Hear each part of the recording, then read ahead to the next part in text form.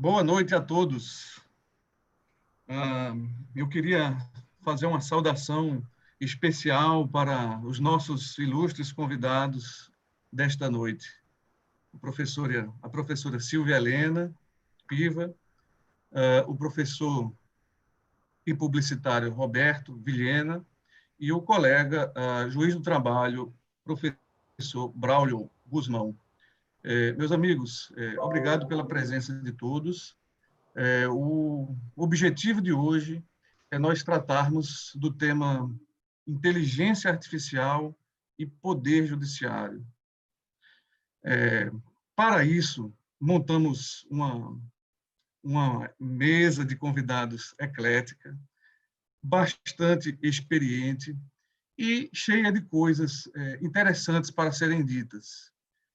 Vamos tentar desmistificar algumas ideias que não correspondem ao tema da inteligência artificial e vamos tentar trazer as questões e os desafios que o Poder Judiciário ele solicita a tecnologia para que ela resolva para a discussão.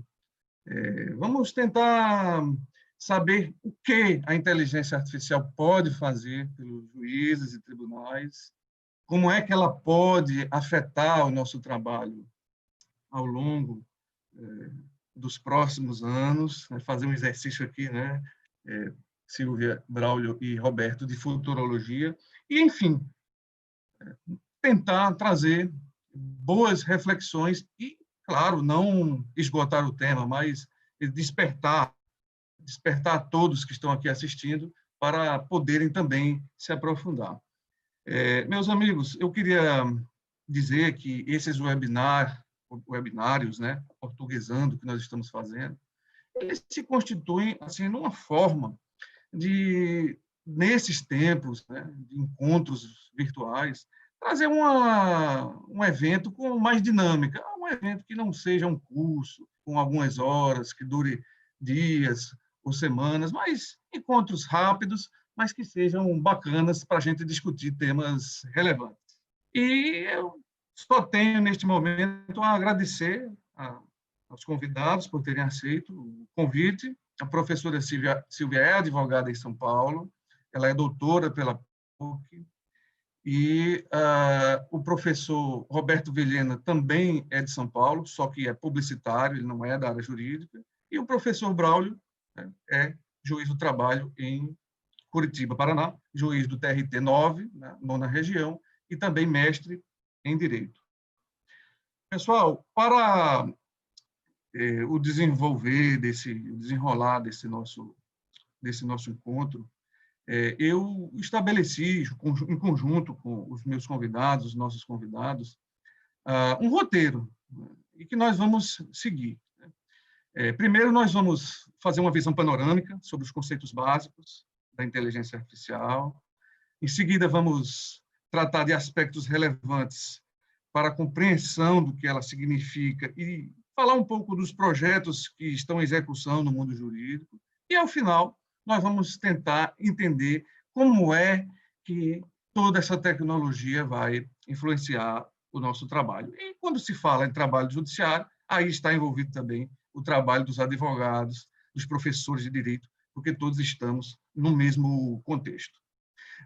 Eu vou passar inicialmente a palavra para a professora Silvia, mas antes, meus amigos, eu vou fazer uma reflexão que eu estava aqui na minha mente agora, um pouco antes de a gente entrar no ar.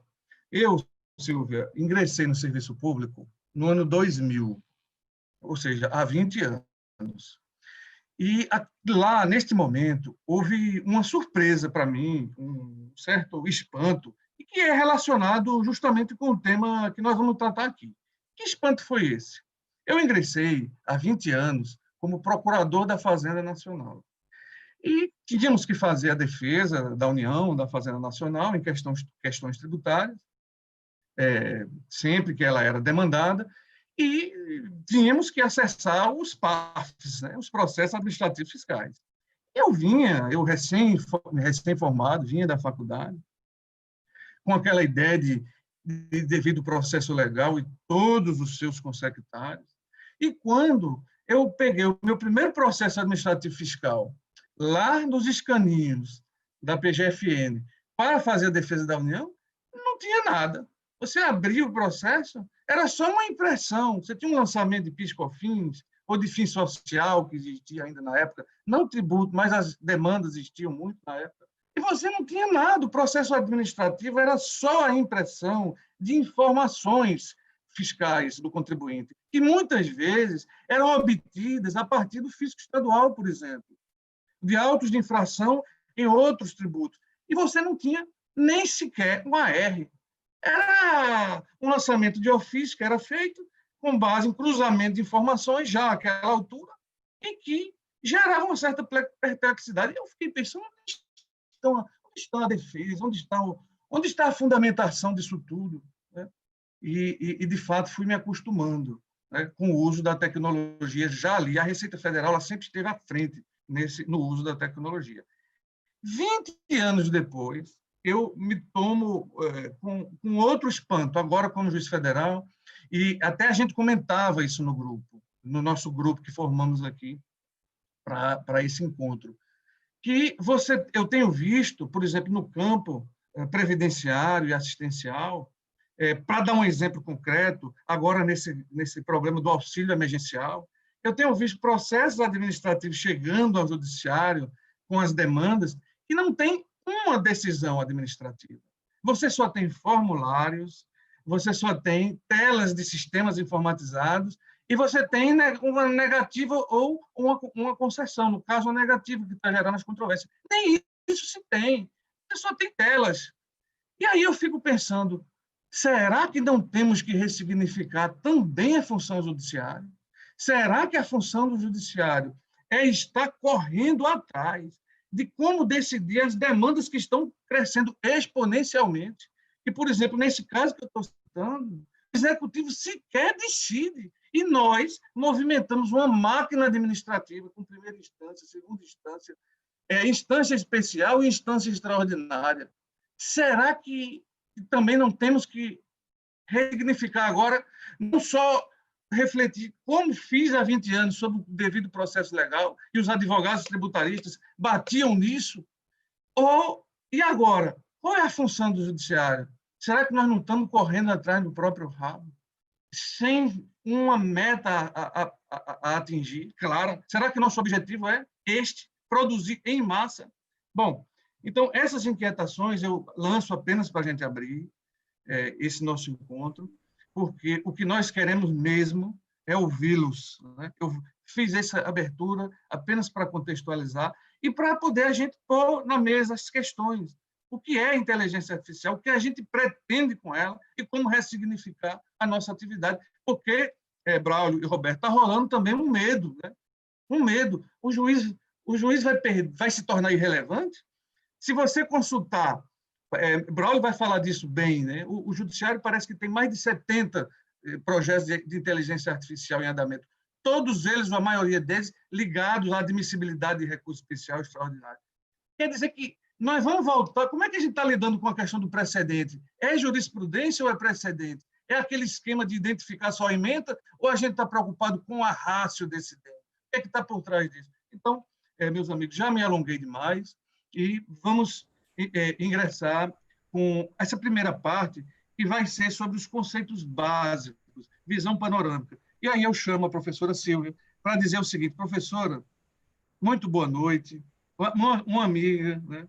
Eu sempre costumo dizer, o seu maior título é ser professora do IBET, porque é uma instituição que a gente ama tanto. Eu lhe pergunto, de que estamos falando quando tratamos de inteligência artificial? Que universo é esse? E por que nós, da área do direito, estamos aqui falando dele? Professora, muito boa noite, tem a palavra. Obrigada, doutor Bianor. É um prazer estar aqui nessa live de inteligência artificial, Poder Judiciário, junto com colegas que eu admiro, inclusive o senhor, o Roberto, e o doutor Braulio, que tem uma carreira bastante voltada na inovação de aspectos do judiciário. E pode parecer estranho, né? O que uma advogada estaria aqui dentro de uma live para o judiciário?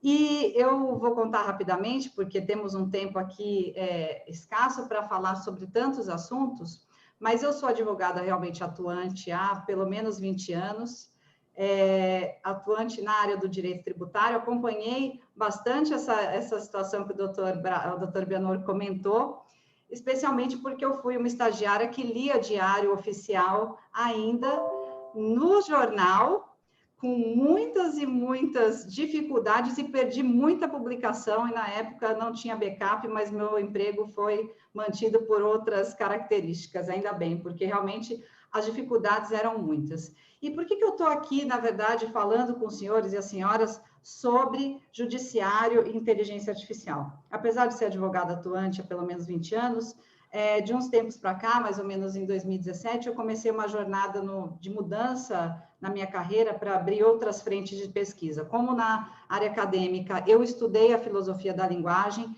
eu comecei a me aprimorar na diversificação da linguagem em outros aspectos, especialmente da oralidade até a passagem aos algoritmos. Então, isso me abriu frentes de pesquisa diferentes, e com isso eu fui perseguindo outros campos de investigação. Por isso que, obviamente, que doutor Bianor me colocou aqui nesta mesa, mas não porque eu realmente tenho aqui todos os conhecimentos e vou desmistificar para os senhores e para as senhoras tudo sobre inteligência artificial. Mas nessa minha jornada eu trouxe macro cenários que é para que a gente possa entender por que nós estamos falando sobre isso, né? Nós temos hoje uma tentativa de sempre super especializar as ciências. O direito é uma ciência social aplicada e super especializada, porque nós olhamos direito tributário, o direito de família, o direito penal, mas, na verdade, nós temos que olhar um pouco fora do bosque quando nós vamos falar sobre esse assunto, porque nós, enquanto atuantes do cenário do ecossistema jurídico, estamos dentro da floresta. E quando nós saímos um pouco dessa floresta e subimos nas árvores, nós vemos uma imensidão. E, na verdade, o direito, desde o Império Babilônico, ele existe para resolver conflitos ou prevenir conflitos. E aí, esse é um ponto interessante, porque quando a gente faz essa passagem histórica e vê que direito ele está para prevenir conflitos, nós também conseguimos ver que as tecnologias, desde aquele momento, já estavam permeando o nosso entorno enquanto seres humanos, né? Ao longo da história, né, obviamente, diferentes velocidades, em cada era nós somos obrigados a adotar tecnologias. Então, se nós observarmos tudo ao nosso redor, é tecnologia, a cadeira que nós estamos sentados, aos que estão vivenciando um momento de ar-condicionado ou ventilador, isso também é tecnologia. Só que nós estamos tão envolvidos nas tecnologias que nós não percebemos essa tecnologia. Então, o McLuhan, que é um teórico das mídias da escola canadense, ele fala assim, é como o peixe que não percebe a água, porque ele nunca está fora da água. Então, nós não percebemos a nossa necessidade, nossa dependência com as tecnologias. Então, assim como um simples machado, ele fez a continuidade de um braço de um lenhador, as tecnologias baseadas em inteligência artificial, elas potencialmente hoje podem ampliar nossa capacidade cognitiva, nossa capacidade de conhecimento, ajudar em tarefas humanas, especialmente aquelas que possam ter uma forte rastreabilidade, mas atividades intelectuais sofisticadas permanecem, né? E o que, na verdade, a gente faz é que o que nós trazemos com as tecnologias são rearranjos, nós fazemos rearranjos de coisas que já estavam aqui. E o que são esses rearranjos, né? O rearranjo é a verdadeira tecnologia, é essa que importa para o ser humano. E o que ela tem de especial? Ela faz uma junção, como se fosse uma amálgama de 3 pontos muito importantes: pessoas, processos e tecnologia. Essa é a verdadeira tecnologia, né? Desculpem o pleonasmo, que a gente pode entender como um verdadeiro potencial de inovação imenso para o direito, porque justamente são esse conjunto de coisas totalmente amalgamados que vão trazer para nós uma potencialidade. E aí, quando a gente fala em inteligência artificial, que nós, na verdade, nós estamos falando nessa tecnologia, nós podemos entender que é uma ferramenta para o ser humano. Agora, é uma ferramenta se olhada isoladamente, Porque se nós olharmos ela dentro de um contexto, ela modifica a sociedade como outras mídias já modificaram, né? As ciências humanas, elas são experimentadas por meio de recorrências. Nós não conseguimos medir, por exemplo, como as ciências matemáticas, que são formuladas, absolutas, ou as ciências biológicas, com seus experimentos mapeados. Nas ciências sociais, nas ciências humanas, nós observamos as recorrências. E quando nós olhamos desde o início da civilização humana, desde a passagem da oralidade até a era digital, nós vamos observar que em cada momento de rupturas, nós estávamos vivendo uma mudança de uma mídia, especialmente as mídias de comunicação. Então, eventualmente, na época, na fase oral do ser humano, da oralidade para a passagem da escrita, muito aconteceu nas civilizações, infelizmente a gente não consegue falar aqui, mas em todas elas existem grandes rupturas. E nós agora, na era digital, nós nos preparamos também para uma nova ruptura, que nós estamos vivendo tantas rupturas ao mesmo tempo, são rupturas tecnológicas, sociais, porque nós estamos vivendo também um momento de pandemia que traz outros tipos de ruptura. Então, na verdade, hoje a inteligência artificial ela vem trazer um rearranjo. Mas que rearranjo é esse? É um rearranjo de pessoas, processos e tecnologia, assim como já ocorreu em outros momentos da nossa civilização. E o que acontece? Na verdade, nós temos hoje um judiciário que está bastante assoberbado de trabalho e que está chegando numa etapa de digitalização, está avançando, afinal de contas, acho que hoje o Dr. Braulio vai poder nos dizer, mas mais de 80% dos processos já são digitais. Então, se nós temos uma massa de processos que já nos coloca na etapa da digitalização, qual seria a próxima ferramenta? Nós, enquanto pessoas, fazemos parte dessa equação, nós temos processos estruturados para conhecer as coisas e nós temos ferramentas. Essas ferramentas, vamos dizer que nós estamos chegando, então, na inteligência artificial, porque nós estamos mais preparados para ela. Muitas vezes, tecnologias, a inteligência artificial, lá desde a década de 60, ela já é analisada, mas em 2012 é que veio realmente o experimento de Deep Learning. Por quê? Porque foi quando foi possível. A mesma coisa a prensa de Gutenberg. Se fosse considerar o momento que a escrita impressa ela já existia, ela só foi possível quando houve o papel e a prensa móvel. Então, as tecnologias, dentro desse aspecto, elas estão aqui para favorecer novos rearranjos da sociedade. Então, dentro da dinâmica de pessoas, processos e tecnologia, a inteligência artificial ela vem corresponder a esse rearranjo. Então, nós, seres humanos, estamos dentro desse rearranjo e por isso que é muito importante já começar desmistificando que a inteligência artificial ela age sozinha. Então, acho que essa é a minha primeira observação, doutor Bianor. Eu vou encerrar para passar a palavra para o Roberto. Muito obrigado, professora Silvia. Você falava e eu fiquei aqui pensando o seguinte: há uma linha que separa o que é o uso da tecnologia, e aí falamos de processo digitalizado, falamos de uma audiência que é realizada no ambiente virtual, uma audiência judicial, né, num processo judicial.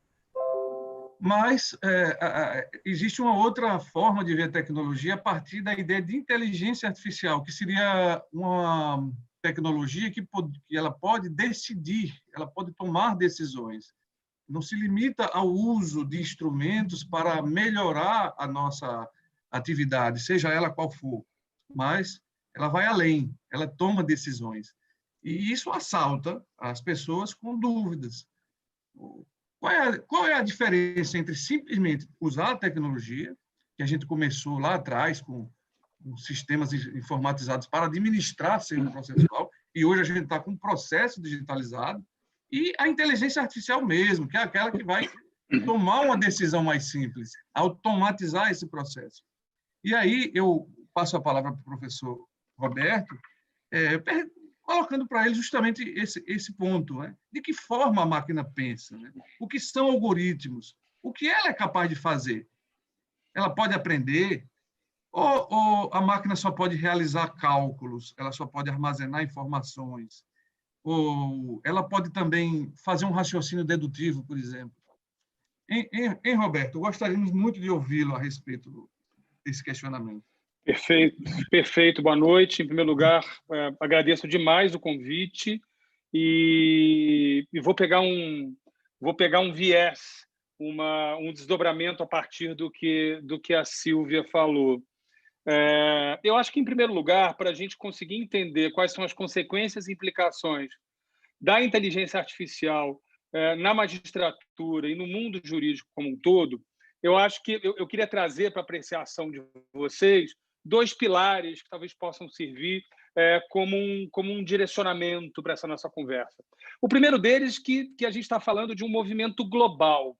Quer dizer, a inteligência artificial ela não decidiu adentrar na área do conhecimento do direito tão somente. A inteligência artificial ela está adentrando de maneira única em todas as áreas do conhecimento humano.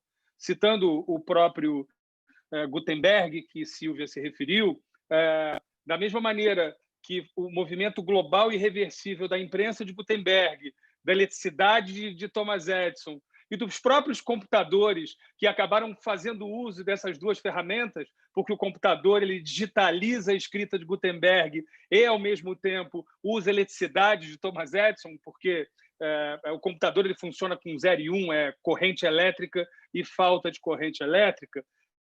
Sendo um movimento global, nesses 8 minutos que me cabem, acreditem, falarei em 8 minutos, a gente vai tentar identificar padrões que estão presentes em todas as áreas do conhecimento. O que faz a inteligência artificial performar na área do conhecimento do direito é o mesmo princípio que a faz performar muito bem na medicina, na engenharia, na música ou em qualquer outra área.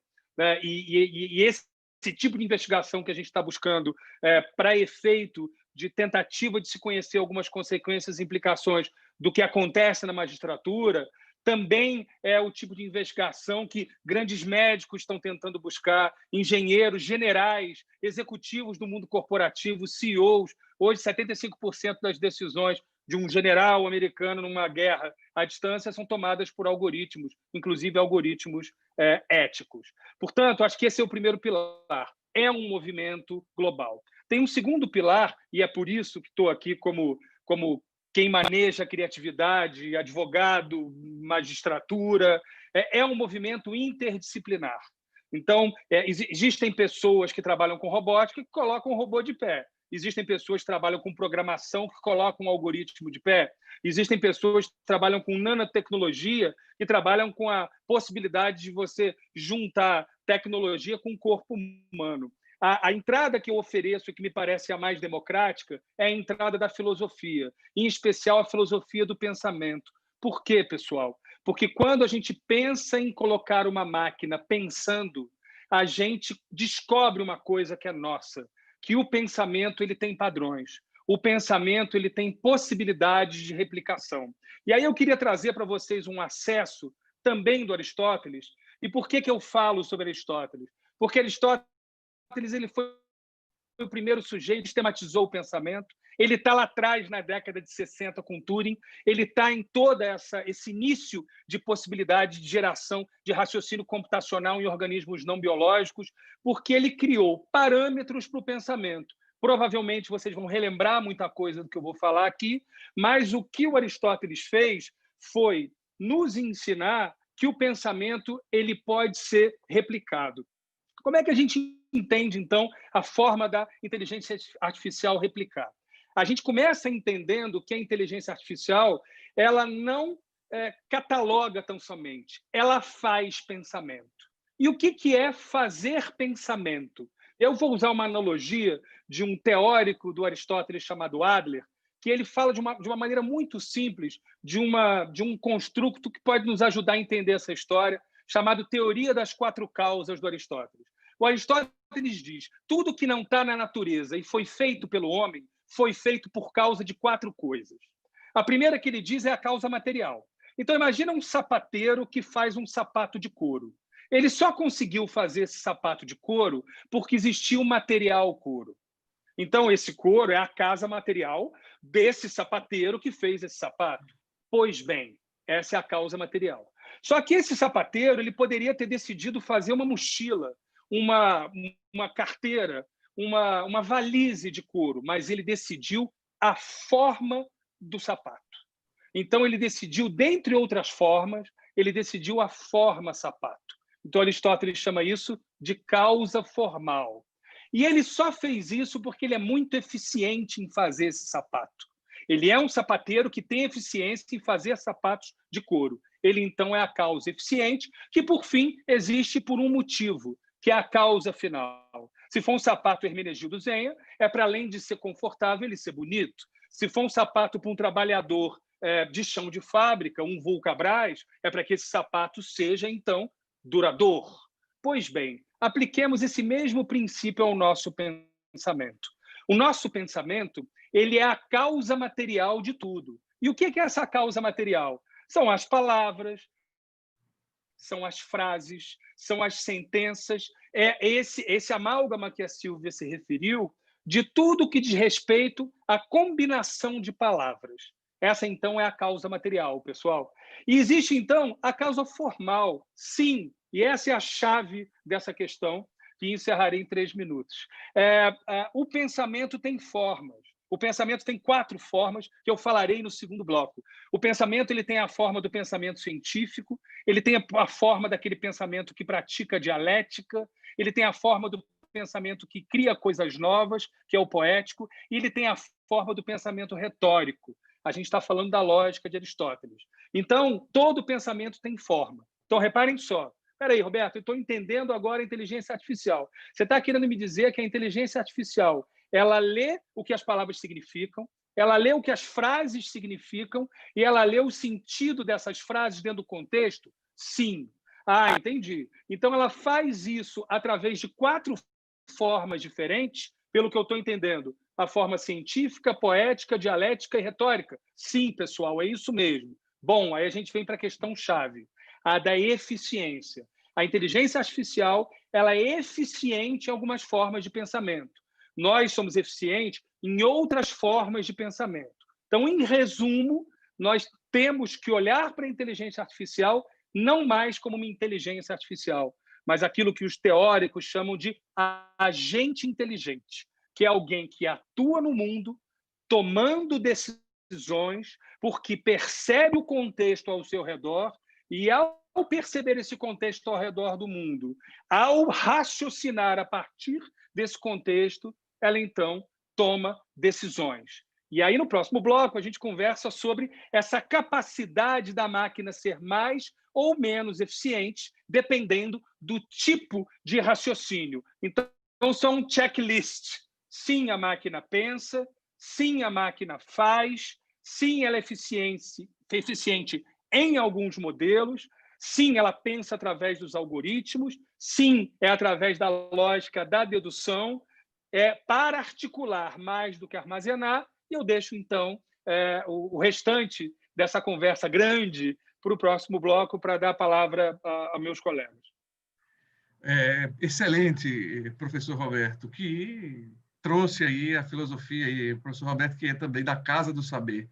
Eu aproveito o instante para dizer que acredito que a filosofia, como ela trabalha exatamente refletindo sobre como as premissas são criadas, já que a inteligência artificial, ao que parece, vai nos ajudar a organizar essas premissas, mas não criar. Eu penso, Roberto, que essa é uma das grandes entradas para pensar esse tema, o pensar filosófico. Aproveito aqui para mandar um abraço para o pessoal do Grupo de Filosofia do Direito da Universidade Federal, aqui da Paraíba, onde nós discutimos muito filosofia no contexto dos desafios do Poder Judiciário e também da inteligência artificial. Pelo menos em termos bem iniciais, mas já é uma preocupação de todos. E aí, professor Braulio, colega Braulio, juiz, eu vou já passar a palavra para ti, mas colocando aí também uma reflexão.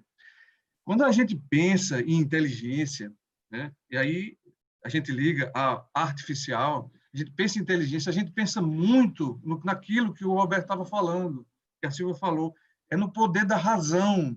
Esse é o conceito dos clássicos de inteligência, de razão. A razão que pode contar, que pode comparar, que pode calcular, que pode armazenar, que pode separar, juntar, para tentar desvendar, como era o paradigma deles, com esses significados, e que hoje nós chamamos de atribuir significado, mas a gente relaciona muito a razão a essa atividade, que é a que o computador faz.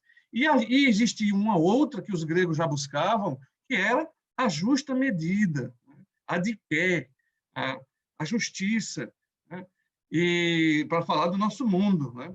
Ou para fora do mundo, para buscar uma verdade, né? O bem, a ideia de bem de Platão. E isso não era a razão só que dava, era preciso juntar a razão, essa máquina de calcular que nós temos, com outros ingredientes, como a prudência, né? Como as crenças que nós temos, como os nossos sentimentos. E parece-me que aí há uma chave para a gente começar a tentar encontrar não só a ideia de inteligência artificial, mas também os seus limites. E aí, como eu colocaria o seguinte para ti, as secretarias e cartórios judiciais, nos anos 90, passaram a contar com programas de computador para organizar seus serviços, como publicação, localização de processos e registro de fases. Nós tínhamos isso. Né? Até no início dos anos 2000, nós tínhamos isso. E na Justiça Federal tinha um que chamava-se TEBAS. Acredito que na Justiça do Trabalho tinha outro nome, um sistema parecido. Em seguida, veio a digitalização total do processo, com a eliminação dos autos físicos, permitindo muito mais agilidade. Agora, estamos falando de inteligência artificial. É algo que para muitos, vai além do uso da tecnologia. Ela, como eu falei antes, a inteligência artificial ela vai decidir alguma coisa. Ela não só vai ser um instrumento que nós utilizamos para melhorar alguma habilidade que nós temos ou alguma função que a gente precisa. Ela vai decidir. Então, a pergunta é a seguinte: o que ela pode fazer para melhorar a prestação da função jurisdicional, Braulio? Você que esteve à frente na gestão anterior do CNJ, você foi juiz auxiliar da presidência e coordenador do Laboratório de Inovação e do Centro de Inteligência Artificial para o PJE, e que agora está à frente de uma função semelhante no TRT da sua região. Portanto, alguém que nos honra com a sua presença, dada a sua experiência e sua capacidade. Por favor, Braulio, muito obrigado pela presença e tenha a palavra. Obrigado, Bianor. Eu gostaria de cumprimentar também a Silvia e o Roberto. É um prazer estar aqui, e uma alegria. E poder falar sobre esse assunto com visões diferentes e olhando para a mesma questão, mas de lugares diferentes. Isso é muito bom. Isso vale a pena, né? E o convite que você me fez, recebi com muito orgulho e é um prazer estar aqui mesmo. Primeiro falando da tecnologia, ou do que a Silvia mencionou, que tecnologia não é só... A gente hoje virou quase sinônimo quando nós falamos de informática, né? Mas a tecnologia não é só isso, mas quando falamos da tecnologia computacional, né, eu sempre tive uma relação, embora seja sempre entusiasta, e ela coincide com o meu tempo de magistratura, eu já vou aí para 26 anos já como juiz e mais um tanto como advogado, sempre procurei em paralelo buscar conhecimento nessa área, porque sempre achei que ali poderia encontrar algumas respostas interessantes. E como o Roberto falou, hoje a tecnologia computacional, em especial a inteligência artificial, está na nossa vida em todo lado, né? A nossa vida hoje ela é também digital. Isso é inegável, é o óbvio, né? Não precisamos aprofundar nisso. Mas quando todo esse período que você narrou aqui quando você fez a pergunta, desde os anos 90, que coincide com o período também de atuação minha no direito, sempre a tecnologia veio no sentido de tentar resolver problemas que nós enfrentamos hoje, em alguns momentos dando alguns passos à frente, outras vezes passos atrás, né, de erros, mas hoje nós vivemos um judiciário que talvez seja um dos mais informatizados do mundo. A experiência do Brasil em relação a outros países é muito diferenciada, né? Nós temos hoje tribunais, o meu tribunal, por exemplo, não tem mais papel, né? Não existe mais isso há muito tempo. Já há quase 10 anos não entra um novo caso que seja usando papel. Nós temos coisas mais antigas lá, mas isso já não é uma realidade. E tanto que permitiu que agora o ministro Fux lançasse um desafio aos tribunais para o juízo 100% digital, né? Inclusive, nem é para ir lá. Né? A justiça existindo nas redes, né, Silvia? Ela está nesse ambiente. Mas esse florescer da inteligência artificial no direito, e na área jurídica, que vem ocorrendo e talvez há uns 3 ou 4 anos, vamos colocar assim, né? Nós estamos num ciclo agora efervescente nisso. Eu tenho observado que ele, de um modo geral, ele tem tentado atacar 2 problemas. O primeiro e esses 2 problemas, eles resultam de uma situação muito peculiar nossa, que é o grande volume de demandas que nós temos. Então, o judiciário brasileiro, ele é over, né? Nós temos milhões de casos. Desses milhões de casos, uma quantidade considerável deles se assemelha. Além disso, nós temos para muitos desses casos, nós temos padrões que se repetem quando atuamos neles. Ora, se eu tenho um grande volume, se eu sou digital, e hoje 80% dos nossos casos estão em formato digital, se eu tenho a capacidade computacional e se eu tenho padrões, eu tenho um terreno fértil para construir algoritmos, para construir modelos de inteligência que possam mimetizar, que possam reproduzir aquilo que eu já faço naturalmente, de modo repetitivo, e eu posso delegar muita coisa para um algoritmo, sem subtrair nada do que seja da minha inteligência, da minha capacidade de criar, porque a IA não cria, não é? Ela reproduz padrões numa velocidade diferente, com mais informações, mas não há um poder senciente, né? A chamada IA forte, ela não está entre nós ainda. Se ela está, a gente não está escondida, né? Está oculta aqui. Eu agora estou lendo muito o Asimov, já li uns 8 livros dele, agora estou lendo um sobre um robô, e ele era fanático por isso, um livro que ele escreveu nos anos 50, fantástico. Nós não temos aquilo ainda. Os robôs pensados por Asimov ainda não caminham entre nós, e se caminham, eles estão escondidos e nós não percebemos. Mas, enfim, nós temos isso, nós temos capacidade computacional, nós temos uma imensidão de dados, nós temos padrões, e se nós temos isso, nós temos condições de implementar tecnologia de ponta para resolver o nosso problema. Não estou aqui fazendo juízo de valor sobre a origem desses problemas, sobre o problema da litigiosidade no Brasil, que daí seria um outro debate, sobre por que ainda nós temos que resolver os mesmos casos N vezes e não investimos na coletivização da demanda, não investimos em ações coletivas como deveríamos, embora tenhamos elementos para isso. Isso é uma outra questão. Então, e hoje o que... eu não calculei meu tempo aqui, Bianor, aí você me dá um toque aí. E hoje, como também o Roberto mencionou, a inteligência artificial ela tem sido utilizada nas organizações no mundo como um dos pilares para a chamada transformação digital. Um dos pilares para se entregar algo de valor, porque essa realidade das informações no meio eletrônico, ela é de toda a sociedade, né? Então, e a inteligência artificial, nós hoje já convivemos com ela quando usamos um aplicativo para pedir comida, ou quando queremos nos deslocar, ou quando assistimos alguma coisa, ou quando vamos comprar um livro. Enfim, a inteligência artificial está por aí, o tempo todo agindo, e ela tem sido a ponta de lança quando se fala em transformação digital. Então, era nesse sentido que nós estamos usando. O segundo elemento que nós estamos usando a IA, então, é para dar vazão e automatizar aquilo que já fazemos de modo repetitivo e que não deveríamos fazer, porque não tem sentido fazer isso. O segundo é nos ajudar a tomar decisões. Hoje em dia, o número de casos e decisões proferidas é imenso e nós não temos condição de fazer uma análise sobre tudo que tem sido...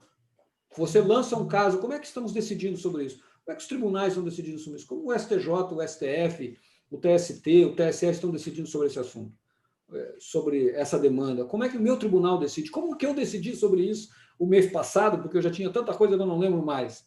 Então, me chama aí, me mostra aí o que eu tenho, compila isso para mim e me ajuda a minha organização aqui para eu poder tomar uma decisão. Então, soluções de apoio à decisão. Então, eu vejo a IA desses dois lados sempre como uma ferramenta, como a Silvia falou do Machado, né, como uma extensão disso, de nos ajudar a tomar essas decisões. Mas vejo isso também de uma maneira assim, tem hoje muita gente falando sobre IA, e depois lá na frente eu vou falar quero falar um pouco sobre isso, sobre os projetos no Conselho e o que eu tenho visto no Judiciário, mas fazendo de verdade, não temos muita coisa não. Entregando, como no jargão da tecnologia, entregando valor, tem pouca coisa. Tem muita fumaça, muita espuma, né? Também não temos nada assim de... Ainda não construímos uma nave espacial, mas podemos chegar lá. Obrigado. Excelente, Braulio, excelente. Eu confesso que eu me preocupo muito com esses dois pontos que você abordou. Um deles, nós temos que ter consciência de que buscar informação para montar uma decisão tem que ser no paradigma atual, ou seja, no CPC de 2015, do sistema de precedentes, no qual nós construímos as decisões a partir de uma ratio decidendi, ou seja, a partir da entabulação de um raciocínio jurídico que foi sinalizado por uma corte superior, se não em todos os seus termos, pelo menos na sua grande parte. E não nos limitemos a usar a ferramenta para montagem de decisões não refletidas, ao estilo do sistema anterior, que era de jurisprudência, onde você perguntava qual foi o resultado do julgamento, foi sim ou foi não? E não nesse atual paradigma em que você tem que se perguntar como foi que a corte raciocinou para chegar até essa conclusão, porque isso você vai ter que usar em outros casos assemelhados. E o outro é a própria função do judiciário, né? Que não pode se limitar a investir seus recursos e suas forças a estar sempre tentando dar vazão de forma exponencial e irrefletida a demandas que chegam, quando, na verdade, a gente tem que pensar por que essas demandas estão chegando, né? Será que não tem uma causa anterior? Eu acho, sim, que eu concordo contigo inteiramente. São debates diferentes, mas eles não podem estar desconectados. Eu queria fazer uma saudação especial aos colegas, que eu já vislumbrei aqui no chat, viu, Braulio? O Emiliano Zapata, que é um colega aqui da Justiça Federal, extremamente ligado a essa questão da tecnologia, está fazendo um mestrado na área. Adriana Nóbrega, a colega Mádia Moura, que preside aqui a nossa associação local, todos prestigiando aqui o debate. Bom, enfim, vamos então estabelecer a segunda rodada, né, Silvia? E eu vou começar com você. A pergunta vai ser assim, daquelas, né, para você tentar desenvolver com o brilhantismo que lhe é peculiar. Silvia, e a máquina, ela vai poder substituir os advogados menos qualificados? Né? E vai poder substituir também os magistrados naqueles casos mais simples? Né? Ou o caminho será outro? E as demandas é que diminuirão, em razão, por exemplo, da melhoria das decisões administrativas. Eu vi até essa semana como a Receita e o próprio CARF eles estão utilizando a tecnologia para decidir. Será que decisões melhores no plano administrativo não vão impedir vamos chamar assim, como o Braulio colocou, essa enxurrada, né? Esse assoberbamento do judiciário? o que vai acontecer? Vai acontecer uma mudança na própria forma como a demanda vai chegar para a gente, ou não? Nós vamos continuar só produzindo cada vez mais em massa e tornando inútil, né, o próprio magistrado em algumas questões. Tem muita gente com medo disso. Vamos nos tornar irrelevantes? Né? E aí, Silvio, o que você pode nos dizer sobre isso? Bom, doutor Bianor, na verdade, a pergunta, vamos dizer, que muitas pessoas estão se fazendo nesse momento, às vezes até buscam esses eventos para ter essa resposta, e eu, obviamente, que vou dar a minha visão bastante particular, né? Eu acho que lá na Naldudez, inclusive, nós temos falado bastante sobre isso. Quando eu disse, né, no primeiro bloco, que quando nós falamos da verdadeira tecnologia, como o Braulio disse, a que realmente traz valor para nós, o real valor, é aquela que leva em consideração o ser humano dentro da equação. Nós somos parte de um processo em que liga pessoas, processos e tecnologia. Sem isso, a gente não consegue ter real valor para resolver, possivelmente, um problema. Então, nós queremos, efetivamente, ter ferramentas para que a gente possa fazer coisas melhores. Então, eu coloco muito a inteligência artificial num papel de uma questão de redivisão de papéis, rearranjos de papéis, né? Eu até comentava outro dia com o Roberto sobre isso. Nós não perderemos espaços, mas nós nos redefiniremos em nossos espaços, porque eu acredito muito em que advogados, magistrados, não deveriam estar realizando tarefas repetitivas que ferramentas tecnológicas podem fazer melhor do que nós e mais rápido do que nós. Mas, ao mesmo tempo, continuamos sendo relevantes porque somos parte desse processo. Essa tecnologia está aqui para resolver um problema. Então, eu dou uma outra dimensão para essa questão. Apesar de sabermos que, né, quem já leu, teve oportunidade de ler 21 lições do século XXI, do Yuval Harari, ele fala que nós precisaremos de um fundo mundial para conseguir dar conta das pessoas que estarão passando fome em vista de não terem mais os seus empregos. Os empregos realmente desaparecerão.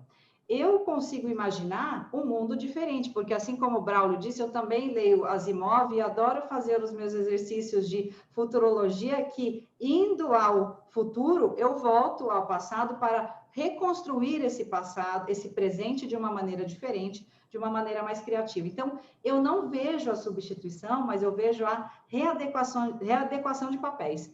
E a inteligência artificial, nesse cenário, eu entendo que ela é extremamente relevante e pode contribuir muito, especialmente no papel do judiciário, para repensar as atividades tradicionais, porque hoje nós fazemos as atividades da forma com a mídia passada, a mídia impressa, nós nos digitalizamos, mas continuamos operando conforme a outra mídia tradicional, a mídia do papel, né? Nós folheamos processos digitais, mas, na verdade, nós precisaríamos, então, usar da nossa criatividade, e aí nós estamos livres para isso, e eu gosto muito de colocar isso para os profissionais do direito.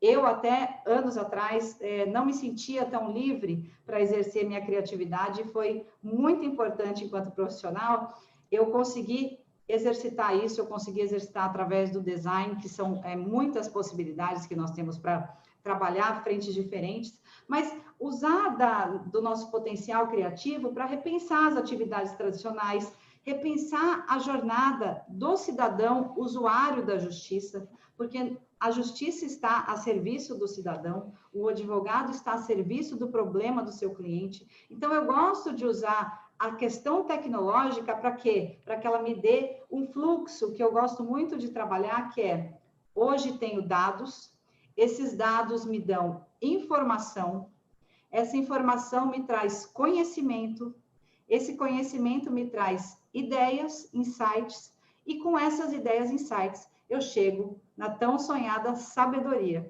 A sabedoria, hoje, ela é humana, e a conexão de tudo isso, quem fará seremos nós. Então, independente do que a IA nos reserva, não estou preocupada com isso, doutor Bianor, era isso que eu gostaria de dizer. Muito obrigado, Silvia. Excelentes reflexões. Eu queria também fazer uma saudação especial ao colega Diego Cabral, do Rio Grande do Norte, ao colega Flávio Marcondes, ainda anotando as presenças aqui de Augusto Leal, Rodrigo, aqui no nosso chat. O pessoal está fazendo umas perguntas, viu? Eu vou tentar, na medida do possível, trazer essas perguntas para vocês nos próximos momentos. Eu vou passar a palavra para o Roberto, Silvia, mas não sem antes dizer que você está à frente de um projeto muito interessante, que é o Naldo Des, que é uma escola, na verdade, para é o seu liceu, né? A sua academia, onde você está lá pontificando, chamando todo mundo para pensar sobre essa nova realidade. E eu já tive a oportunidade de fazer um curso, recomendo demais. Eu queria até que você depois, no final, falasse alguma coisa, deixasse um link para o pessoal poder conhecer também. Roberto, o assunto da semana aí, o Braulio até já tocou no ponto, foi uma fala do ministro Fux, deixa eu ver se eu tenho ela aqui, na qual ele diz que o judiciário do futuro vai ser aquele que não tem prédios públicos, ele funciona meio que totalmente virtual. Eu vou procurar depois, enquanto você falar, eu vou procurar essa fala que eu não estou achando aqui, e para citar para o pessoal. Mas, enfim, prosseguindo aqui nos nossos debates, eu vou te colocar a seguinte pergunta, Roberto. O jogo do judiciário, né, ele é jogado de uma forma dialética entre as partes que buscam, através de argumentos, convencer o juiz e os tribunais de determinada realidade alusiva a fatos que estão em discussão e a própria construção de uma norma a ser aplicada. E aí o juiz, diante desse debate, ele vai tomar a decisão dele com base nesse discurso que é produzido, sempre com muitas palavras, seja aquelas palavras em forma de texto, seja a outra linguagem que é em forma de prova, um documento, uma testemunha. E assim o jogo do direito ele ocorre. E nesse desenrolar acontecem muitas falhas, por exemplo, vieses cognitivos negativos, preconceitos, sentimentos por parte do juiz, que vê com maus olhos determinada personalidade ou com bons olhos determinada narrativa. São todas as circunstâncias subjetivas que vão permeando o atuar do juiz. Ele não é absolutamente objetivo, ele erra. Ele vai construir um silogismo, ele erra na premissa. Ele faz uma conclusão sem um arranjo, sem uma harmonia de premissas. Ele não usa rigorosamente, muitas vezes, a própria ideia de inteligência que eu havia falado antes, como você falou, da causalidade material, formal, eficiente, de que tratava Aristóteles, né? Então, o juiz é cheio de falhas, e os advogados trabalham nessas falhas, né? Afinal, é esse o jogo. Então, a máquina, Roberto, será que ela pode ser programada para apontar todas essas falhas? Eliminar todos esses vieses, preconceitos? Será que isso... Eu até jogo isso até como pano de fundo para a Silvia e para o Braulio depois, né, quando eles forem falar. Será que é desejável esse mundo, né, no qual as decisões são expurgadas desses problemas? E aí, Roberto, o que você diz para a gente? Vamos lá, eu queria tentar juntar um pouco, resgatar um pouco o que a Silvia se referiu, que, na verdade, é um rearranjo. Acho que queria resgatar um pouco o que o Bion falou, que, na verdade, aonde tem padronagem, tem algoritmo, e um pouco dessa tua questão, que é até que ponto a fala ela pode ser observada. Só queria, em 20 segundos, relembrar o que falei no primeiro bloco. Existe um fato incontestável, é que, pela primeira vez na história humana, nós temos alguém que também pensa. Nunca isso acontece. Existe alguém que toma decisões, como foi dito aqui. E a natureza dessa tomada de decisões nos impõe alguma coisa muito interessante. A inteligência artificial, para ser nossa parceira de trabalho, ela nos impõe que nós busquemos aquilo que ainda é exclusivamente humano. Ainda é um cenário e um ambiente que a inteligência artificial não consegue entrar. E aí, para a gente acessar isso naquilo que a gente é mais eficiente, eu acho que é importante a gente entender aquilo que a máquina é bem eficiente. Eu não sei se todo mundo que está nos ouvindo está familiarizado com o conceito de silogismo, mas, na verdade, tudo que a gente está fazendo aqui é chegar a conclusões. E todas as conclusões que a gente está chegando aqui é porque a gente está juntando duas coisas. Né? Então, pegar lá o primeiro silogismo do Aristóteles, se o Tales é grego e os gregos são sábios, então o Tales é sábio. Esse pedacinho de duas coisas que viram uma conclusão, desculpem, se você pensar num aplicativo como o Uber, se o Braulio está na esquina de uma determinada rua, existe um motorista na mesma esquina que o Braulio, logo é natural que esse motorista sirva ao Braulio. Se a Silvia gosta de filmes de máfia e está passando uma série de máfia, logo eu, Netflix, conseguirei sugerir esse filme para a Silvia. E assim, como foi dito, a gente vai tocando a nossa vida com a existência da inteligência artificial. Essa mesma lógica se aplica a todas as áreas. Se um paciente que tem sintomas de câncer de pâncreas os tem, e eu sei que os sintomas do câncer de pâncreas são, eu posso chegar à conclusão que talvez eles tenham essa doença. Se a gente parar para pensar num exemplo de direito administrativo e um princípio da proporcionalidade, se o princípio da proporcionalidade diz que eu não posso gastar mais do que vou ter de devolutiva, e se eu, do outro lado, verifiquei que isso aconteceu, está claro que esse princípio da proporcionalidade foi ferido. Se a gente olha hoje para pequenas law-techs que na Austrália estão fazendo hoje mediação de divórcio, se você pega, se o fulano de tal ganha X, se a fulano de tal ganha Y, se os bens são esses, eu consigo fazer a ponderação da divisão de bens, da quantidade de visitação que eles vão ter e acesso ao filho. O que tem por trás de tudo isso, pessoal? E aí eu acho que isso é muito importante. Para mim, me parece, tem alguns autores atrás que pensam assim, o próprio Harari pensa assim, parece que o mundo do conhecimento, como a Silvia se referiu no início, ele está basicamente dividido em dois grandes grupos. Aqueles pensamentos que podem sofrer rastreio, que podem sofrer padronagem, como o professor acabou de falar, e aqueles pensamentos que são imprevisíveis. E me parece que deveremos nos deter naqueles que são imprevisíveis, porque tocar o barco, organizar aquilo que em inteligência artificial se chama,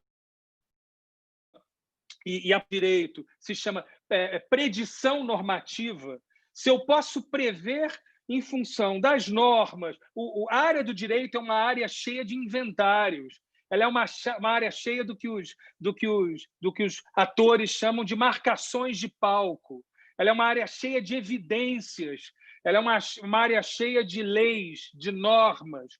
Todo esse amálgama, esse inventário, essa colcha de retalhos do vocabulário da área jurídica é um prato feito para os algoritmos, porque a gente tem tudo muito certo. Aonde a gente deveria estar?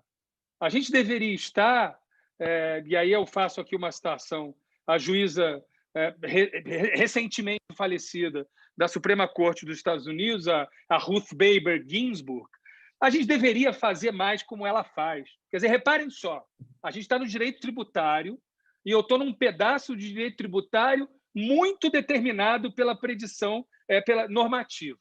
Né? Eu tenho a necessidade de ser taxado, mas eu tenho a possibilidade de não ser taxado se eu for uma cuidadora mulher. Então, naquele momento, às mulheres era facultada a possibilidade de menor taxação, porque a elas era estabelecido o direito de cuidar da casa. Então, se eu sou uma cuidadora mulher, eu posso cuidar da minha mãe e ter isenções fiscais. Só que apareceu um caso de um homem que resolveu cuidar da mãe. Se você for um algoritmo, ele vai dizer, está errado, então ele está sonegando imposto, porque ele não é uma mulher. É aquilo que o professor falou um pouco adiante. O que a juíza fez?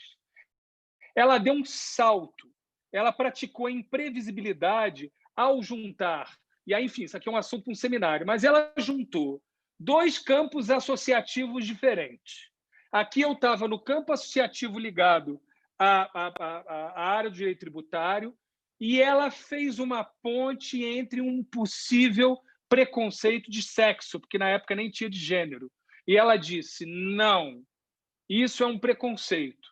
E eu acho que isso deve ser julgado à luz disso. Ela foi criativa, ela teve um insight. Como tiveram insight os juízes que, se não me engano, na década de 60, observaram tribunais recheados de casos pequenos e alguém teve a ideia de criar o Tribunal de Pequenas Causas. Isso é um insight. Isso é uma ideia tão poderosa, e não dá tempo de falar isso, mas tem a mesma origem epistemológica do que uma letra do João Gilberto. Quando o João Gilberto diz lobo bobo que só consegue ver um chapeuzinho de maiô, mas o lobo mau ele se deu mal porque o chapeuzinho mandou ele embora. Você está acostumado com a história do Chapeuzinho Vermelho sendo infantil. O João Gilberto fez uma outra ponte, como a juíza Ginsburg fez, como quem criou o Tribunal de Pequenas Causas. Então, ser imprevisível me parece, o job description nosso. Então, professor, sim, o algoritmo, a inteligência artificial, ela vai conseguir resolver e identificar falhas se essas falhas forem rastreáveis. Se eu tiver capacidade de rastreio dessas falhas, eu assim o farei, porque o algoritmo ele precisa de um alto grau de previsibilidade.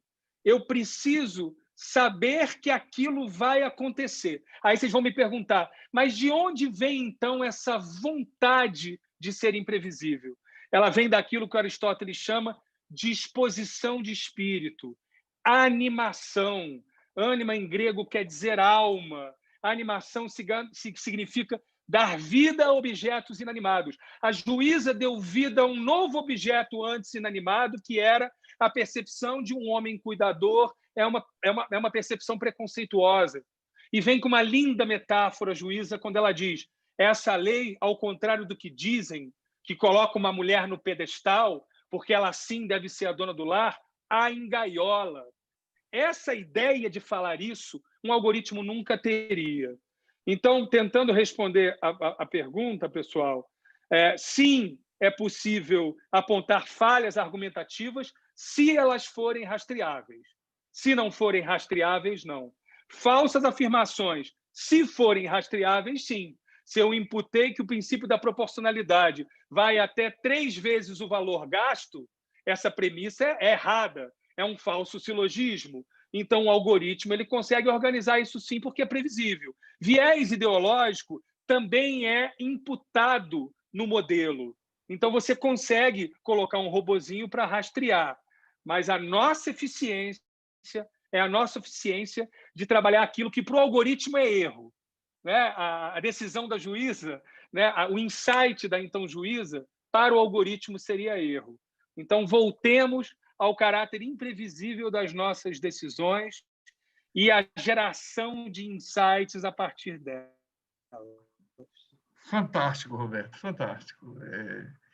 E isso que você está falando aí, nós é que fazemos hoje, né? Tentando rastrear esses erros, tentando encontrar os desacordos semânticos naquilo que a gente mesmo escreve, de uma semana para outra, de um mês para o outro, tentando identificar isso nos precedentes, essas inconsistências de premissas, as premissas que são apenas presumidas e não provadas, é isso que a gente tenta fazer. Eu tenho a impressão que, como o Braulio falou, isso ainda não está ocorrendo. Até porque parece que é muito fácil enganar a inteligência artificial, né? Os sites Hein, Silvia? Se você é um robô, Sim. diga onde é que você, qual figurinha não tem um ônibus, né?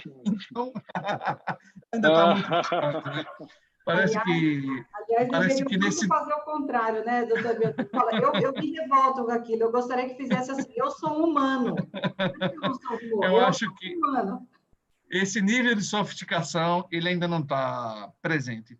Eu vou passar a palavra para o Braulio, mas antes queria mandar um abraço para o Marcelo Elias, que é colega também de Florianópolis, Santa Catarina, e dizer que eu recuperei aqui o texto que eu queria falar, a fala do presidente Fux. Ele diz aqui, abre aspas, no futuro, os fóruns não necessitarão de espaços físicos, pois todos os serviços serão oferecidos online. Isso tende a diminuir muito as despesas, pois tudo estará disponível na internet. O alinhamento entre a inteligência humana e a artificial também melhorará o gerenciamento de processos e de recursos humanos.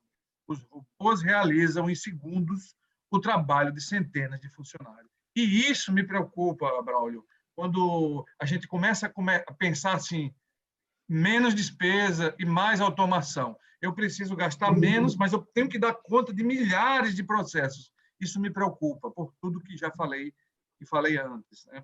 E sobre o comentário sobre a ministra da Suprema Corte, na verdade, a juíza dos Estados Unidos, enquanto o Roberto falava, eu me lembrava de uma live, Silvia, que o professor Paulo fez com o ministro Marcelo Navarro e Robson. E parece-me que o título era A Lei está morta e o juiz está vivo, né? E parece que a inteligência artificial está morta, nós é que damos vida a ele. Agora, o que vem na nossa imaginação é aquela história do Frankenstein, né? Vamos dar vida a essa coisa, e o que ela vai fazer depois com a gente, né? O Braulio, então, feitas essas ponderações, eu vou te perguntar, puxando para um campo mais prático e mais, vamos dizer, concreto, que programas do Poder Judiciário atualmente você destacaria que estão em execução? Você que conhece muito bem isso. Quais você destacaria e por quê, Braulio? Por favor, tem a palavra. Vamos lá. Primeiro, assim, eu estou adorando aqui esse debate, né? Estou aprendendo muito e essa pegada dos dois, o Roberto e da Silvia, assim, mais filosófica, está muito boa. Estou gostando demais, estou aprendendo muito. E antes de falar dos temas, eu não vou demorar, recentemente eu concluí a leitura do livro do Nicoleles sobre o verdadeiro criador de tudo. Aquilo ali, aquele material, e ouvir o que ele tem para dizer vale muito a pena, Bianor. Em que ele traz uma ideia de uma cosmologia centrada no cérebro humano, ele faz severas críticas à inteligência artificial no modo como nós estamos imaginando, então, de delegar para ela, e aí ele coloca algo que eu considero muito interessante, que é o risco de nós, como ele apresenta, e por estudos científicos, a plasticidade do cérebro, nós nos adaptamos ao longo do tempo, o Homo sapiens faz isso, e ele traz estudos científicos mostrando que o cérebro ele é um computador orgânico e digital, ele tem as duas coisas, e isso que faz com que ele seja diferente e inalcançável. Nós corremos o risco de reduzirmos o orgânico e nos tornarmos digital igual aos computadores. Aí nós vamos ter uma inteligência artificial igual a nós, porque a gente baixou um degrau para ficar assim. Então, lidar com a inteligência artificial, ele precisa ser de uma outra maneira. Até eu gosto da expressão do inteligência aumentada, né? Eu não vou me comparar com ela, eu vou subjugá-la para que ela faça o que eu quero, mas aumentando a minha capacidade e não eu tendo que delegar tudo para a inteligência. Por isso, é muito interessante que você falou da ratio decidendi. Os tribunais hoje não decidem assim. Nós não aprendemos ainda a decidir observando a ratio. A gente pega um resumo lá. Se você observar alguns tribunais, eles decidem, no final, ganhou ou perdeu, mas você não sabe qual foi a razão de decidir. Porque cada um escreveu um texto diferente, formou um raciocínio diferente, chegou no mesmo lugar, mas por caminhos diferentes. E isso não nos serve. Porque a ideia da ratio é outra. Quais foram as razões aqui que cada um desses julgadores, desses decisores tomou? Então, a gente tem que caminhar ainda nesse sentido. Voltando aqui para a IA. Ao longo dos últimos anos, o que é que tem sido feito com a inteligência artificial? É uma ideia mais ou menos assim de cada um ter o seu Megazord, né? Então, eu tenho um robô e dentro dele eu coloco uma inteligência para ele fazer alguma coisa usando os braços desse robô, as pernas dele e tal. Então, eu tenho ali o que nós chamamos esse núcleo, que tem um modelo, que tem um algoritmo que faz alguma coisa inteligente, que associa padrões e dá respostas e tal, com uma complexidade matemática avançada, porque a inteligência artificial é uma matemática aplicada e avançada. Esse modelo é um modelo que engessa. Então, eu tenho aqui, eu tenho o meu robô lá, vou colocar IA. Quando eu preciso, daí o outro diz, não, eu quero um igual para mim, você vai ter que fazer tudo de novo, porque isso é artesanal. O que acontece? Isso dificulta que você crie um ambiente, que você crie um ambiente em que possa haver colaboração, em que se aproveite as inteligências que criaram aqueles modelos, aqueles algoritmos, para fazer coisas diferentes, em que você possa fazer colas, juntar o Lego e sair com outro produto tecnológico, vamos colocar assim. O judiciário começou a querer fazer isso. Cada tribunal fazer o seu Megazord, cada tribunal querer fazer o seu robozinho. Aí a gente escuta a notícia deles, aí eles vão ganhando os nomes aí e tal, mas cada um deles é artesanal. Ele foi feito para aquilo, naquele ambiente, naquele lugar. Se você quiser reproduzir, você vai levar um tempão, porque você vai ter que extrair isso e colocar em outro lugar. Talvez você esteja escutando o barulho, aqui do lado da minha casa passa trem. Passou um trem aqui, está no horário do trem. Ainda temos isso, você vê? Nós estamos falando. E aqui é aquele trem no Brasil que a gente não é o trem que tem lá fora, que é aquele trem que vai devagarinho e tal, ele vai apitando meia hora aqui. Aí, a tecnologia que a Silvia falou. Então, o que foi que a gente fez no Conselho, que é que eu chamo de, e para mim, isso é o futuro, que eu chamo de inteligência artificial como serviço. Nós aproveitamos uma solução de um tribunal, de um time maravilhoso de Rondônia, do TJ, trouxemos essa solução e criamos uma plataforma, numa arquitetura em nuvem, para hospedar modelos de IA, não o Megazord, o cérebro, o algoritmo, o modelo, que faz alguma coisa. Nós temos hoje, Bianor, mais de 10 modelos prontos e uma série deles para serem homologados e colocados à disposição. Eles estão lá, aí eu tenho o meu sistema e vou consumir, vou usar esses modelos.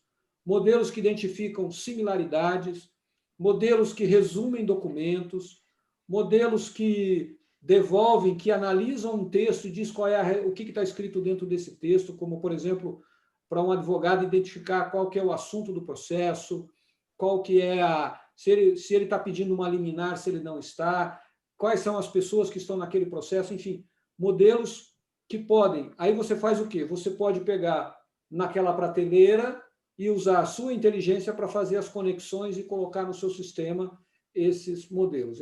Esse projeto se chama Sinapses, ele é um projeto que está em produção, ele está disponível, e a ideia nisso é um crescimento exponencial e colaborativo dos tribunais brasileiros.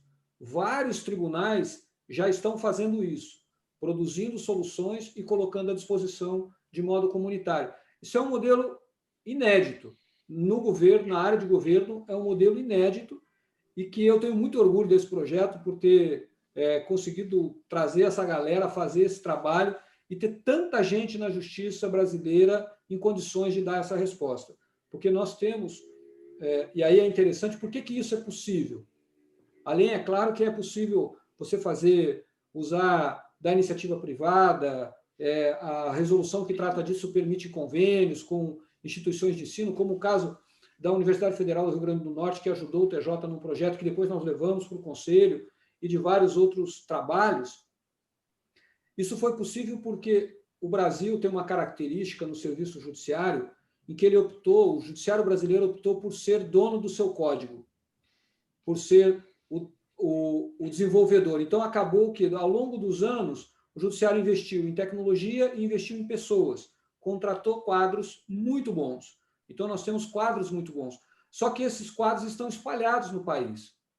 Eu não tenho, em todo lugar, eu não tenho 4, 5 sujeitos que caras que manjam de inteligência artificial. Eu tenho 2 aqui, um lá, o outro... O que a gente tem que fazer é usar dessa inteligência coletiva e botar essa turma para trabalhar junto.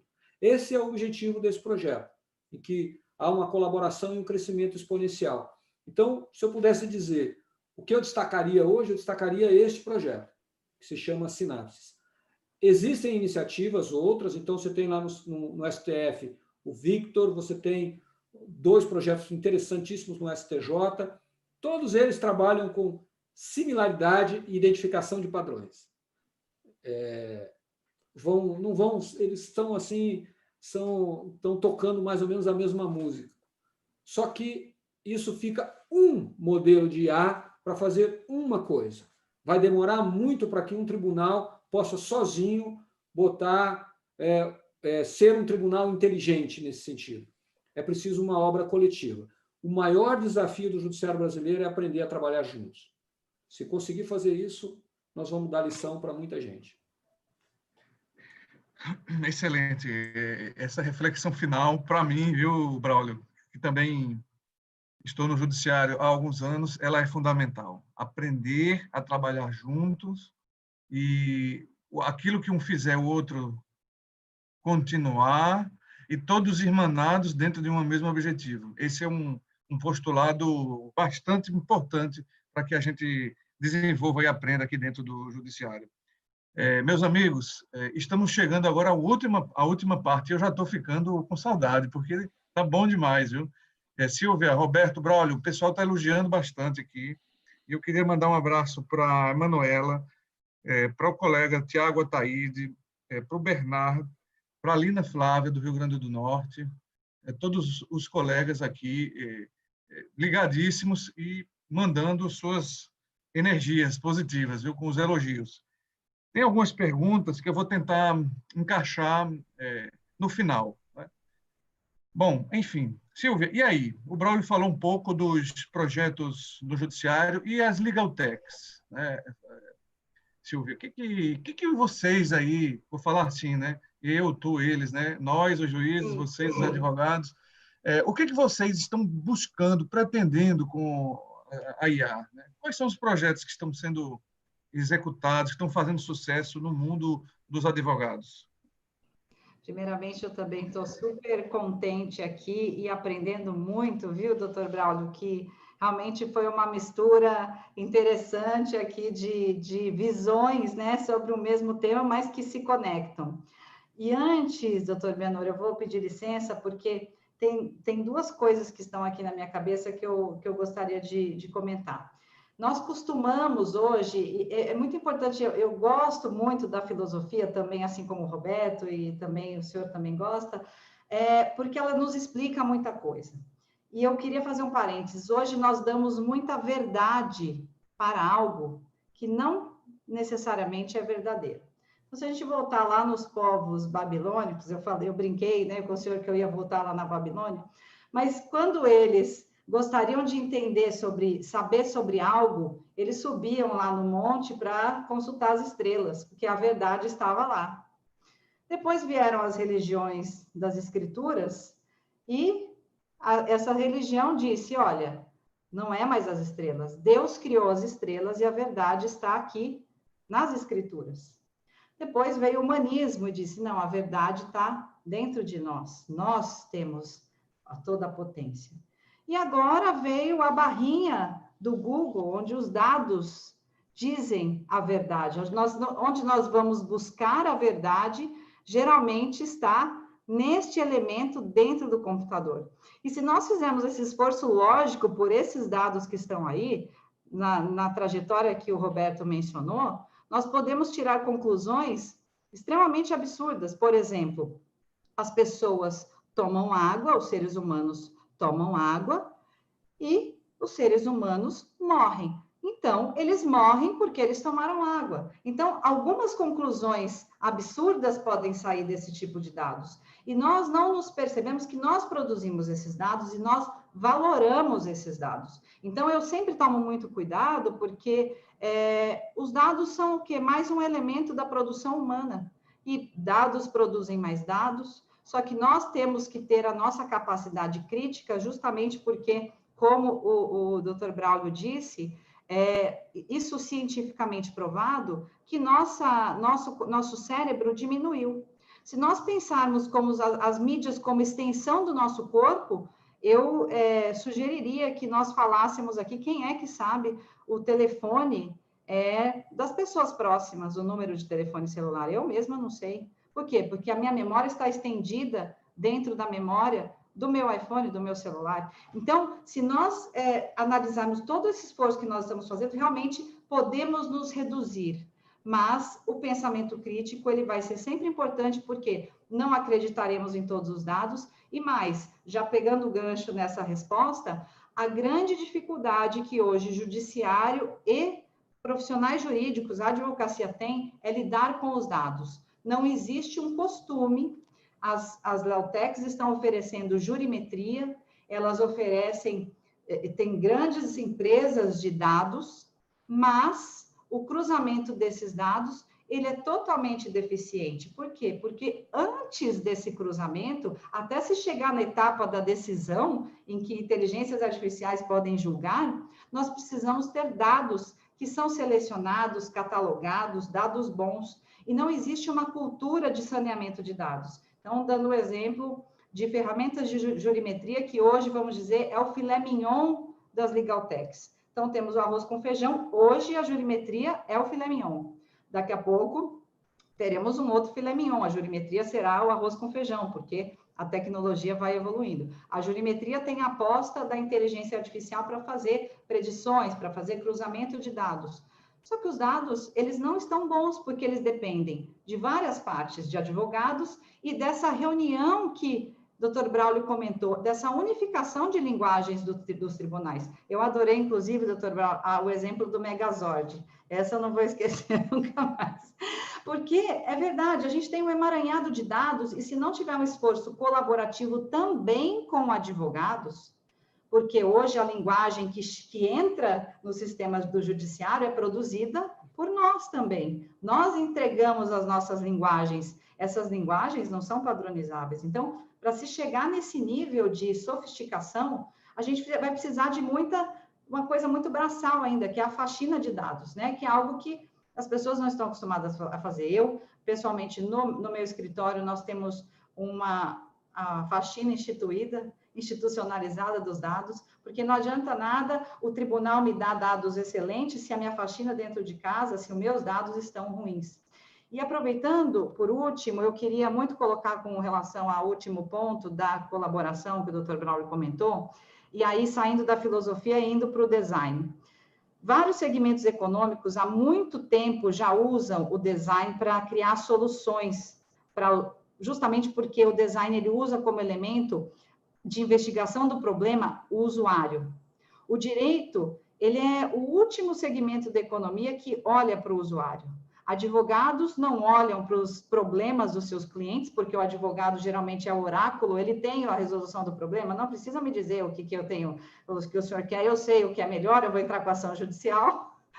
Mas, e o judiciário, ele tem um usuário também, que é o serviço, o serviço prestado ao cidadão. Então, eu gosto muito de pensar nas capacidades de reunião, por exemplo, como do projeto Sinapse, ou como tantos outros projetos, que dentro de um pensamento design, onde o usuário do serviço da justiça é o centro, quantas capacidades, quantas inteligências aumentadas podem contribuir. Eu também gosto, doutor, da expressão inteligência aumentada, porque, para mim, inteligência artificial mais se equipara a grama artificial, a sabor artificial, do que propriamente inteligência. Então, eu gosto da inteligência aumentada porque ela nos capacita mais, especialmente para exercitar a nossa criatividade. Quantos servidores públicos trabalhando intensamente para criar soluções e quantos usuários querendo perceber uma melhor justiça. Eu digo isso baseado em dados, porque existe o índice de percepção de justiça, que é publicado todo ano, o World Justice Project,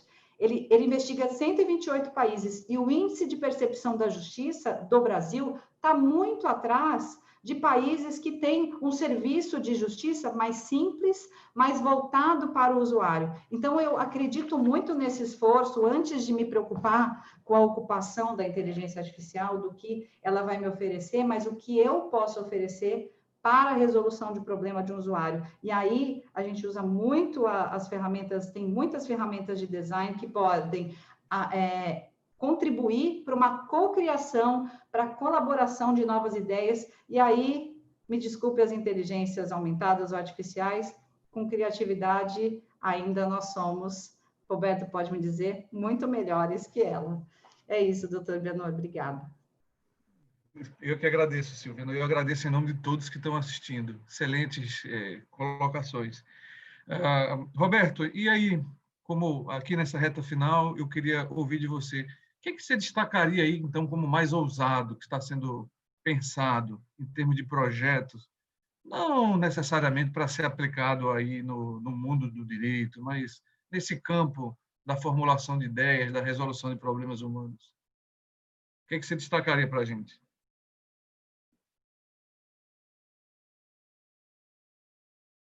Você está sem áudio, Roberto. Perdão, é que eu desligo o áudio para não atrapalhar. Em primeiro lugar, queria parabenizá-lo, realmente um encontro fantástico, pontos de vista diferentes sempre trazem um enriquecimento maior. O melhor fórum é aquele que você fala e a tua percepção é que você aprendeu mais do que passou para os outros.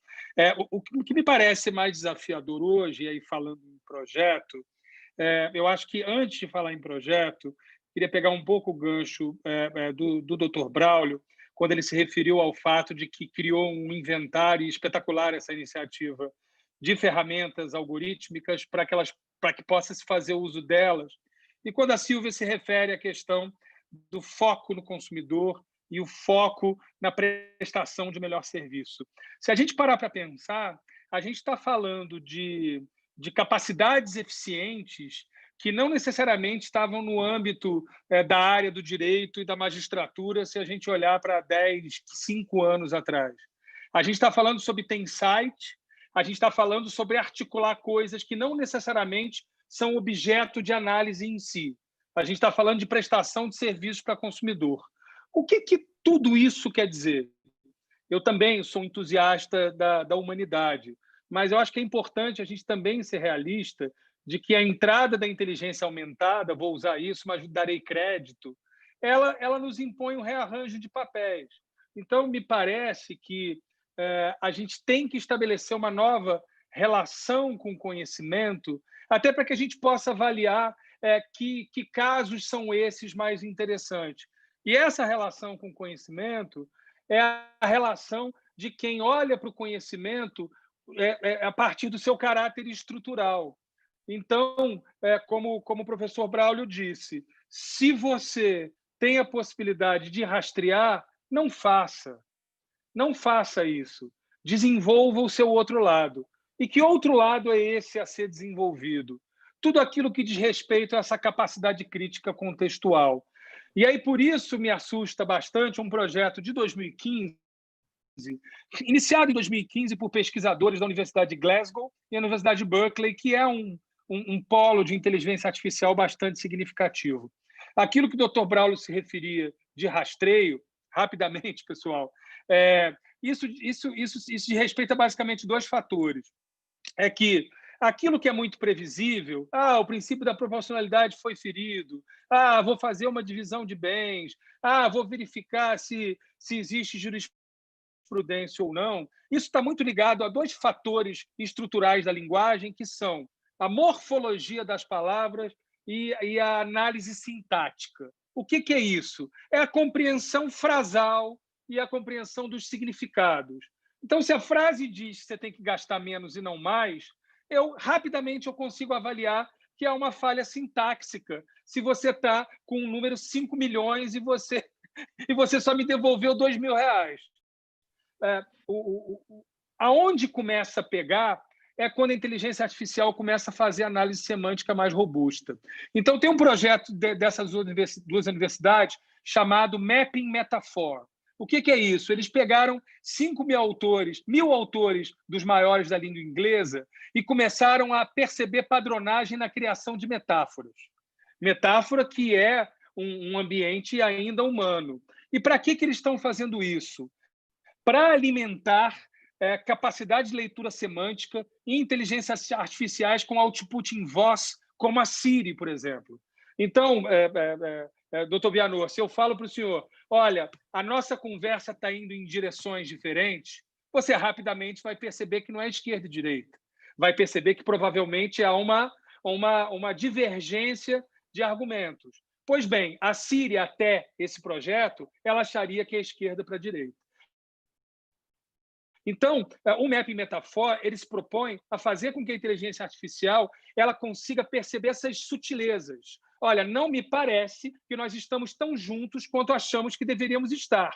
O junto, sintaticamente, morfologicamente, é simples, e no sentido literal, é estar junto colado. Mas junto, nesse caso, significa uma ampliação de significado que diz respeito, nós corroboramos com aquilo que nos parece ser um bom ponto de vista. Então, acho que esse caso ele é um caso interessante, e eu acho que o segundo projeto é o projeto humano. É o projeto humano que nos faz perceber que, e aí a Sílvia foi precisa no diagnóstico dela, que eu costumo dizer que a gente se preocupa muito com o que a gente coloca dentro do nosso corpo, né?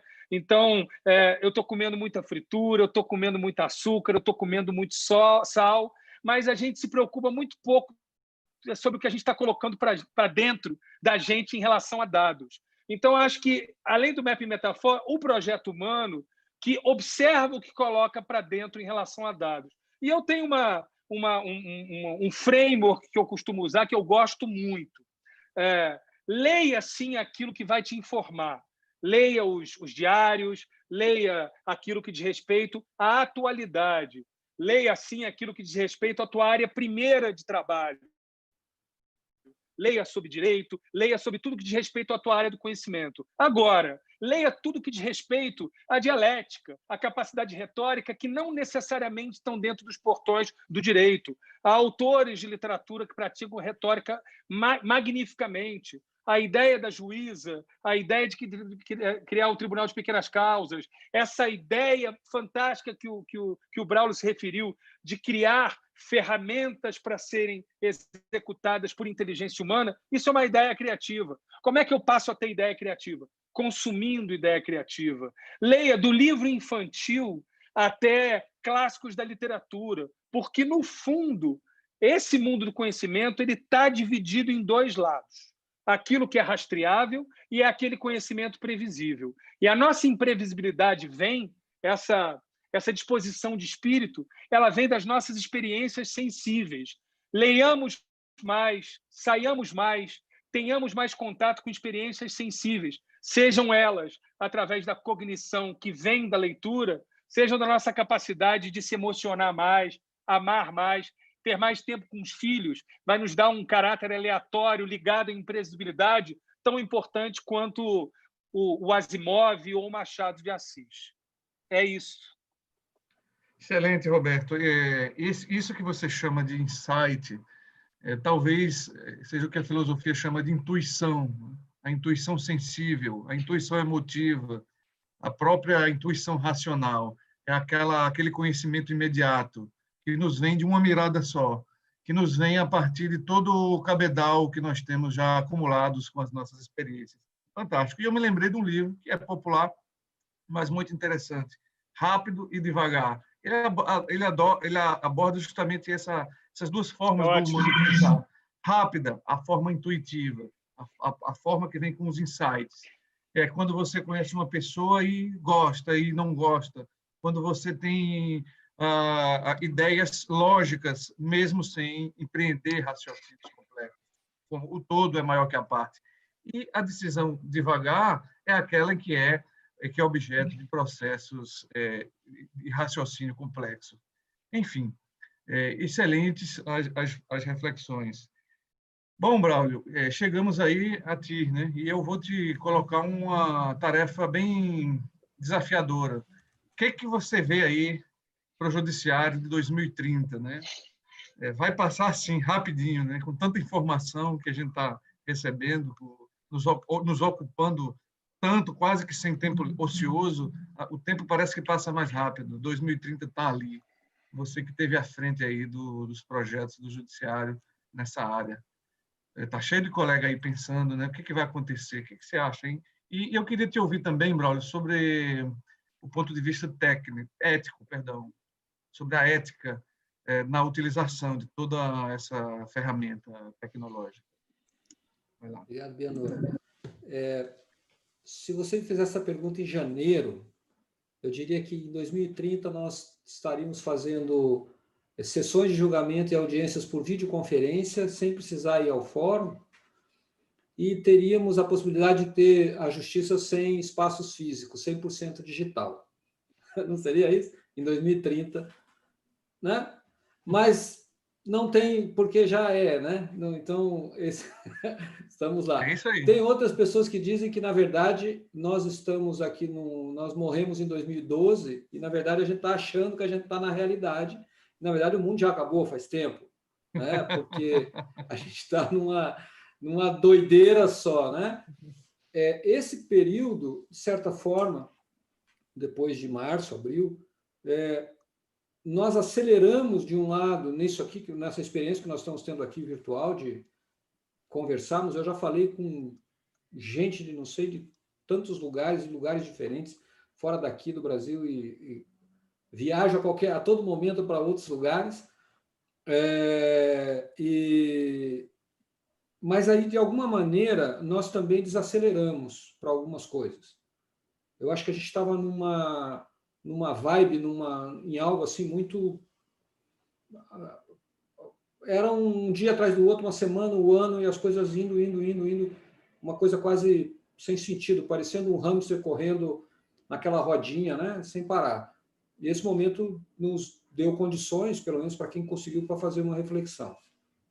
Eu acho que o judiciário, indo para a sua pergunta, o judiciário, em 2030, ele vai depender muito das escolhas que nós fizermos agora. Se nós escolhermos, como a Silvia mencionou, um design centrado no cidadão, na experiência do cidadão, né, usarmos conceitos do design thinking, do design de serviços, entendemos que nós estamos diante de problemas complexos e que a certeza do erro é você tratar um problema complexo querendo que ele seja simples, né, uma solução simples. E nós estamos acostumados no judiciário a resolver. Está aqui, a regra é essa aqui. E pronto. A gente gosta disso, né? Decidiu, a regra é essa aqui e não vou mudar mais. O mundo não é mais assim. Então, a gente tem que...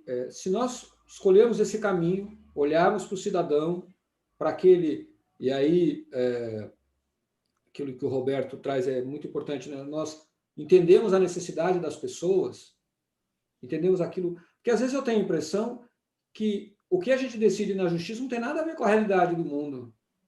A gente está aqui num universo paralelo, né? Veja o meu caso da Justiça do Trabalho. A gente decide coisas na Justiça do Trabalho, aí você olha para a realidade das relações de trabalho é outra. E parece que aquele problema não chega para você, especialmente no âmbito coletivo. E a gente vive num país em que tudo é de baseada, né? Um monte de... E as decisões deveriam caminhar nesse sentido. Então, as escolhas que nós fizermos nos próximos 2, 3 anos, elas determinarão o que será o Judiciário do Brasil em 2030. Talvez ele seja igualzinho que está hoje. A gente continuar com algumas dessas coisas que não têm sentido, vamos melhorar em outras, né? Mas eu acredito, eu sou um otimista por natureza, eu acredito que nós estamos num ponto de virada importante de centralizar o serviço público, porque a justiça é serviço público, o que nós prestamos é um serviço público. Se nós centrarmos no cidadão e avançarmos nisso, a gente terá um futuro muito interessante em 2030. No que diz respeito à ética, eu acho que você sabe, o CNJ, em agosto, publicou uma resolução que trata da ética da inteligência artificial no judiciário. É o primeiro documento normativo do setor público, não só aqui no Brasil, mas na América Latina como um todo. Eu estive com colegas na Argentina e eles discutiam isso, eles ficaram é um documento, na minha avaliação, histórico, em que a gente tentou colocar ali vários dos elementos e buscar saberes de outros lugares para produzir um documento inicial. Ele não é um fim, ele não se esgota ali, mas para tentar dar um direcionamento. Com um cuidado que nós devemos ter, que é, se eu amarro demais, eu impeço a criatividade. E se eu não amarro, eu posso abrir uma caixa de Pandora e ter um caos. Então, o documento é nesse sentido. Onde que está a minha preocupação em relação à questão ética? Primeiro, algo que a Silvia mencionou, na qualidade da informação que eu vou utilizar para produzir inteligência artificial. Então, eu tenho que ter um dado de qualidade. Eu tenho que ter essa informação. O segundo é que como a IA é um modelo matemático que busca padrões, se o meu dado me dá padrões preconceituosos, a IA não vai olhar, não, peraí, doutor, isso aqui é preconceito, eu não vou decidir assim. A resposta é essa, não vai fazer isso. Ele não vai ter o insight de entender que ali tem um problema. Assim que decide, é assim que eu vou decidir. É igual o algoritmo o algoritmo que nós temos hoje em rede social. Não interessa se aquela notícia é uma desinformação, uma fake news. É o que está bombando, é o que vai continuar aparecendo. Então, o cuidado que nós temos que ter nesse aspecto é cuidar da informação e, ao submeter um conjunto de dados a um modelo, eu tenho que tomar cuidado para não submeter qualquer tipo de dado. Eu tenho que observar aqui que eu tenho que estar atento ao que eu entrego para ele. Se eu pegar simplesmente a minha massa de dados e entregar lá, e se aquele tribunal é um tribunal que decide de modo... aquele magistrado, aquele colegiado, ainda não evoluiu nesse sentido e tem preconceito, a IA não... Se eu entregar abacaxi, ele não vai me devolver laranja, ele vai me devolver abacaxi. Então, eu tenho que tomar cuidado com isso. E a construção disso, ou seja, entender um conjunto de dados que faça sentido ético, essa visão tem que ser uma visão que reflita o que é a sociedade brasileira. E não apenas, por exemplo, homens, mas que tenham mulheres, que tenham negros, que tenham pessoas de diferentes orientações, de diferentes visões, que olhem para aquilo e digam, peraí, aqui nós temos que ajeitar isso aqui. Esse conjunto de informações ele tem que ser mais heterogêneo, ele tem que ter um sentido aqui. Né? Aí eu entrego para o algoritmo e digo, agora você pega isso daí e me traz alguma coisa interessante. Né? Porque o viés ele está muito mais no dado e naquilo que nós chamamos na IA de dataset, o conjunto de informações trabalhadas que o modelo vai utilizar. Se ele é viciado, o modelo vai ser viciado. Ele não entende nada, é a gente que diz para ele. Enfim. Perfeito. Fantástico, Braulio. Excelente. E eu queria dizer que a gente cumpriu o horário, né? A gente chegou. Esses 13 minutinhos aí foi a abertura e aquele atrasozinho comum. Mas aí, eu estou gostando tanto do bate-papo que eu vou fazer o seguinte. Eu vou dar a palavra final para vocês, cada um, na sequência, fazer suas considerações finais. E aí, Silvia, Braulio e Roberto, eu vou encaixar algumas perguntas do pessoal, certo? Então, eu faço a pergunta, já te dou a palavra, você já tenta responder e já faz as considerações finais. Pelo que eu vi, a maioria das perguntas já foi respondida, mas eu vou fazer isso, formulá-las, apresentá-las em respeito ao pessoal, ok? Então, vai lá, Silvia. Eu vou te colocar a pergunta aqui da Emanuela Brito, tá? Ela coloca, parabéns pelo evento, gostaria de saber como são trabalhados os limites éticos da IA, ou na IA. Então, Silvia, fica com essa pergunta para você desenvolver o que você achar que deve e já fazer suas considerações finais. Bom, muito obrigada, Emanuele, pela pergunta. Já queria também aproveitar esse encerramento, a palavra, para agradecer muito, muito a possibilidade de participar desse evento. Roberto, Dr. Braulio, Dr. Bianor, realmente assim foi um evento enriquecedor, que eu também aprendi muito com vocês. Queria aproveitar e dizer que esse momento de compartilhar ideias e visões diferentes é extremamente importante, porque é esse debate que realmente enriquece. Então, eu fiquei feliz do ponto de vista da advocacia, mas aqui estou representando também uma estudiosa do direito, né? Porque sou realmente apaixonada pela nossa profissão e acho que nós temos, eu todo dia levanto achando que eu vou mudar o mundo, mas eu mudo a partir de pequenos pedacinhos. Então, é muito bom poder poder fazer esse debate. Como o Dr. Braulio comentou, a questão das portarias, né, da resolução do CNJ, eu achei realmente incrível, achei que foi assim, enquanto nós estamos aqui pensando, já tivemos ali como se fosse uma carta de princípios, é assim que nós queremos, é esse o nosso desejo. Então, quando eu penso em limites éticos, eu sempre penso que o limite ético evoluído de uma inteligência artificial, ele vai vir no design daquele algoritmo, ele vai vir na origem. Por quê? Os nossos dados serão sempre humanos, e nós, humanos, por mais que nós não tenhamos o desejo, mas nós praticamos julgamentos e vieses a todo momento. E não quer dizer que um algoritmo totalmente neutro seja desejável. Nós não sabemos o efeito nós só sabemos, nenhuma tecnologia, existe um mito, o mito do progresso, que todas as tecnologias vêm para o bem da humanidade. Nós sabemos o efeito das tecnologias porque elas trazem coisas boas e coisas ruins. Então, eu sempre penso no aspecto ético da inteligência artificial, no design do produto. E nesse design do produto, advogados têm possibilidade de estar presentes para orientar empresas, e isso eu falo já de profissões possíveis para advogados que estão pensando que irão perder seus empregos, porque desenvolver bons designs, design ético em produtos vai ser fundamental. Inclusive, aproveitando, eu queria convidar a todos que estão assistindo a conhecer a Naldudez. A Naldudez é um projeto que eu digo que é antidisciplinar, porque nós não trabalhamos com disciplinas, nós trabalhamos com temas e justamente com a conexão de saberes que o Dr. Braulio comentou.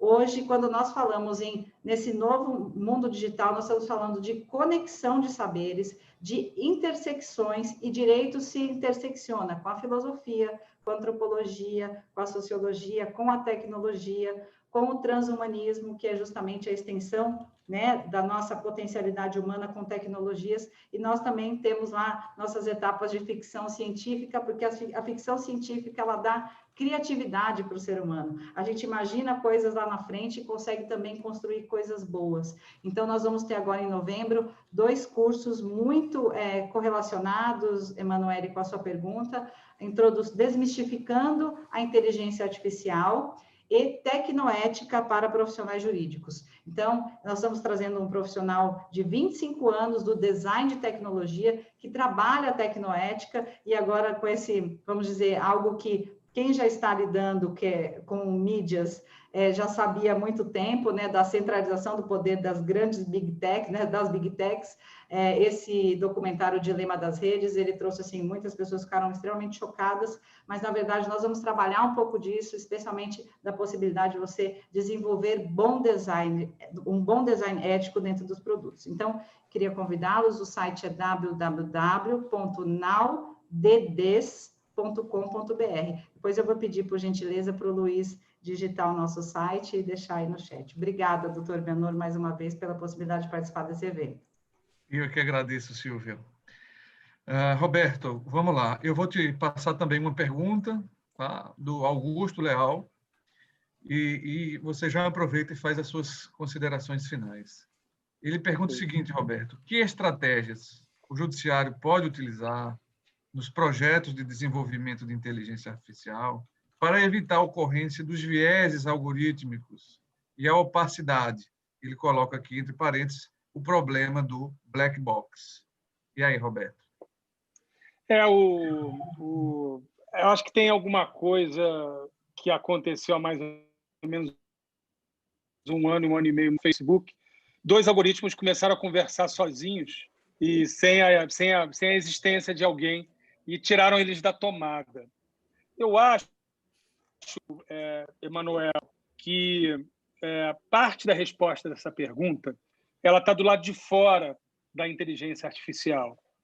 Eu acho que eu concordo com o que todos falaram até então, Eu acho que a gente tem que deixar de se preocupar tanto com até onde a inteligência artificial vai, deixar de se preocupar tanto se ela vai substituir o homem e a mulher, ou a mulher, e a gente atentar muito mais para o fato de que talvez isso seja uma enorme oportunidade da gente fazer uma transformação, não só da nossa relação com o conhecimento, mas da nossa própria percepção do que é ser humano. Porque as incorreções, os vieses ideológicos, racistas, misóginos, eles naturalmente acontecerão. A minha área do conhecimento é uma área recheada de premiações. E, de um modo geral, as peças mais premiadas são aquelas que figuram entre 0,2% e 0,3% daquilo que é apresentado. Se você olhar para uma quantidade gigantesca de dados, naturalmente essas questões acontecerão.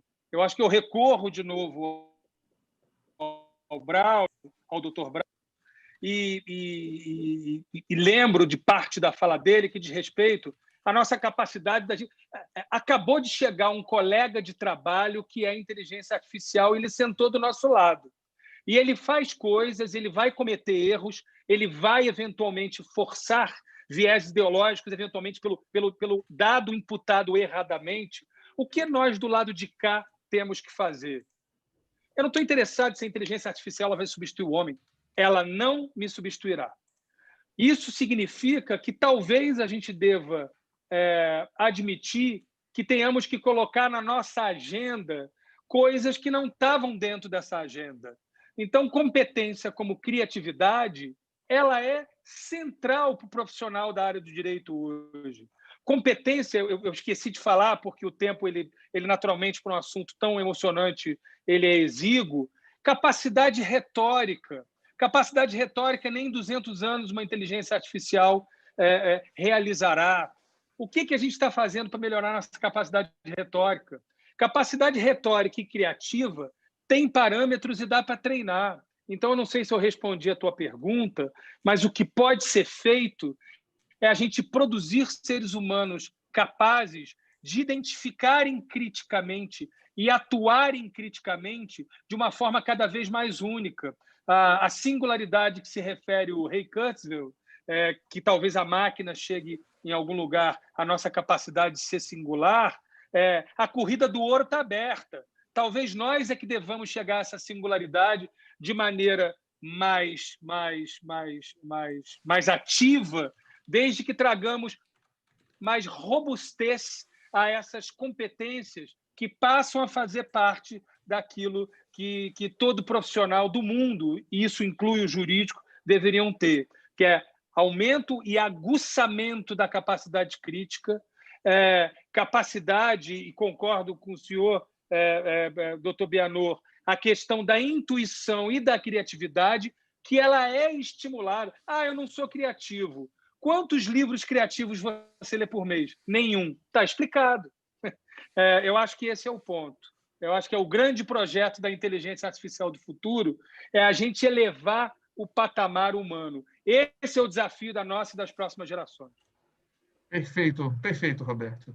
Eu vou mandar um abraço final aqui para Daniele Cavalcante, que é colega de Pernambuco, também elogiando muito o debate e as falas de vocês e as reflexões todas que nós conseguimos canalizar para o nosso público.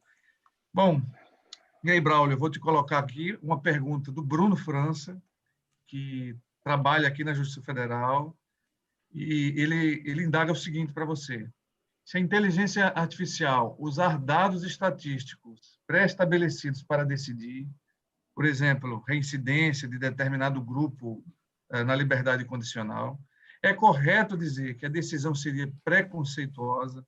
Eu acho que você já falou, aliás, todos vocês falaram, de que se você implanta critérios preconceituosos, o algoritmo ele vai decidir assim. Mas essa é a pergunta dele para ti, Braulio. E a outra é a da colega Mádia Moura. Ela pergunta o seguinte: o que você acha? Na verdade, ela faz uma pergunta para todos, eu é que estou direcionando por causa das nossas limitações de tempo. Ela perguntaria, Braulio, eu deixo para ti, o que você acha desse juízo 100% digital? E, enfim, fazer as suas considerações finais.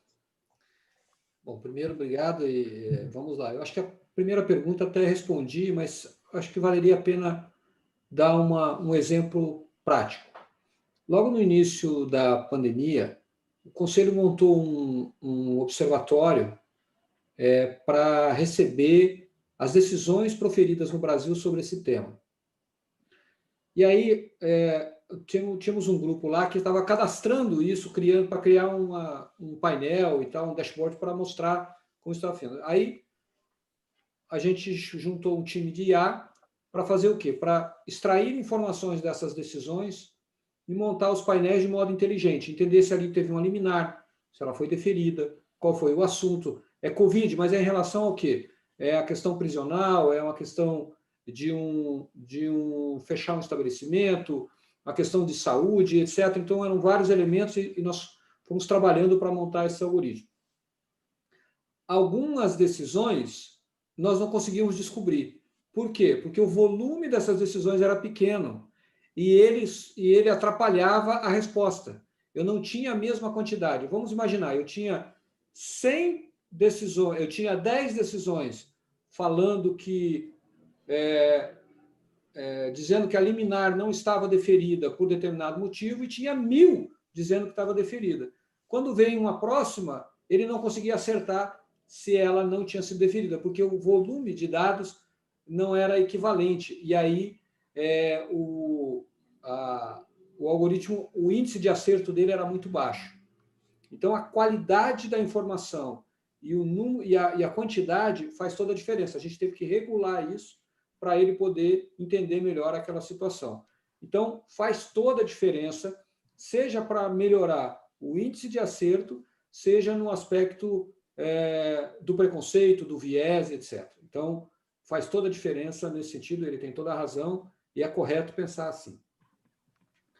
No caso do juízo 100% digital, que o ministro Fux lançou, e tem uma resolução, na verdade, foi decidida terça-feira, publicou uma resolução, ele está no aspecto da decisão das partes, né? Ele não é impositivo, ele é uma opção.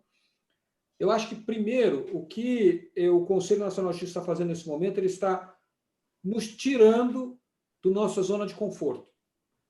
Achei isso muito interessante. Eu gostei da proposta. Acredito que, em alguns casos, nós não conseguiremos fazer isso, mas, em muitos casos, isso será bem possível. Será bem possível. E aí vai nos levar a novos desafios, a um design, né, doutora Silvia, diferente.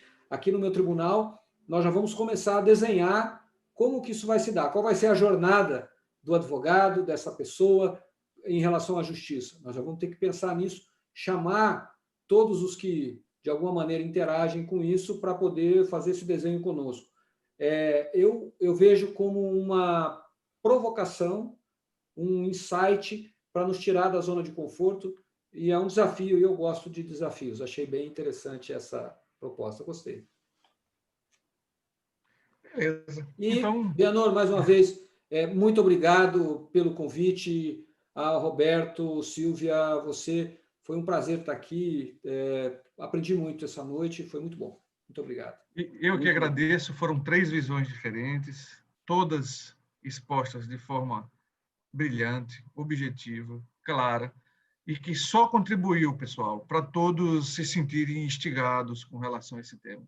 Agradeço mais uma vez e obrigado a todos que ficaram até aqui, mandaram suas perguntas, mandaram seus elogios, que isso é importante, para a gente saber que está no caminho certo.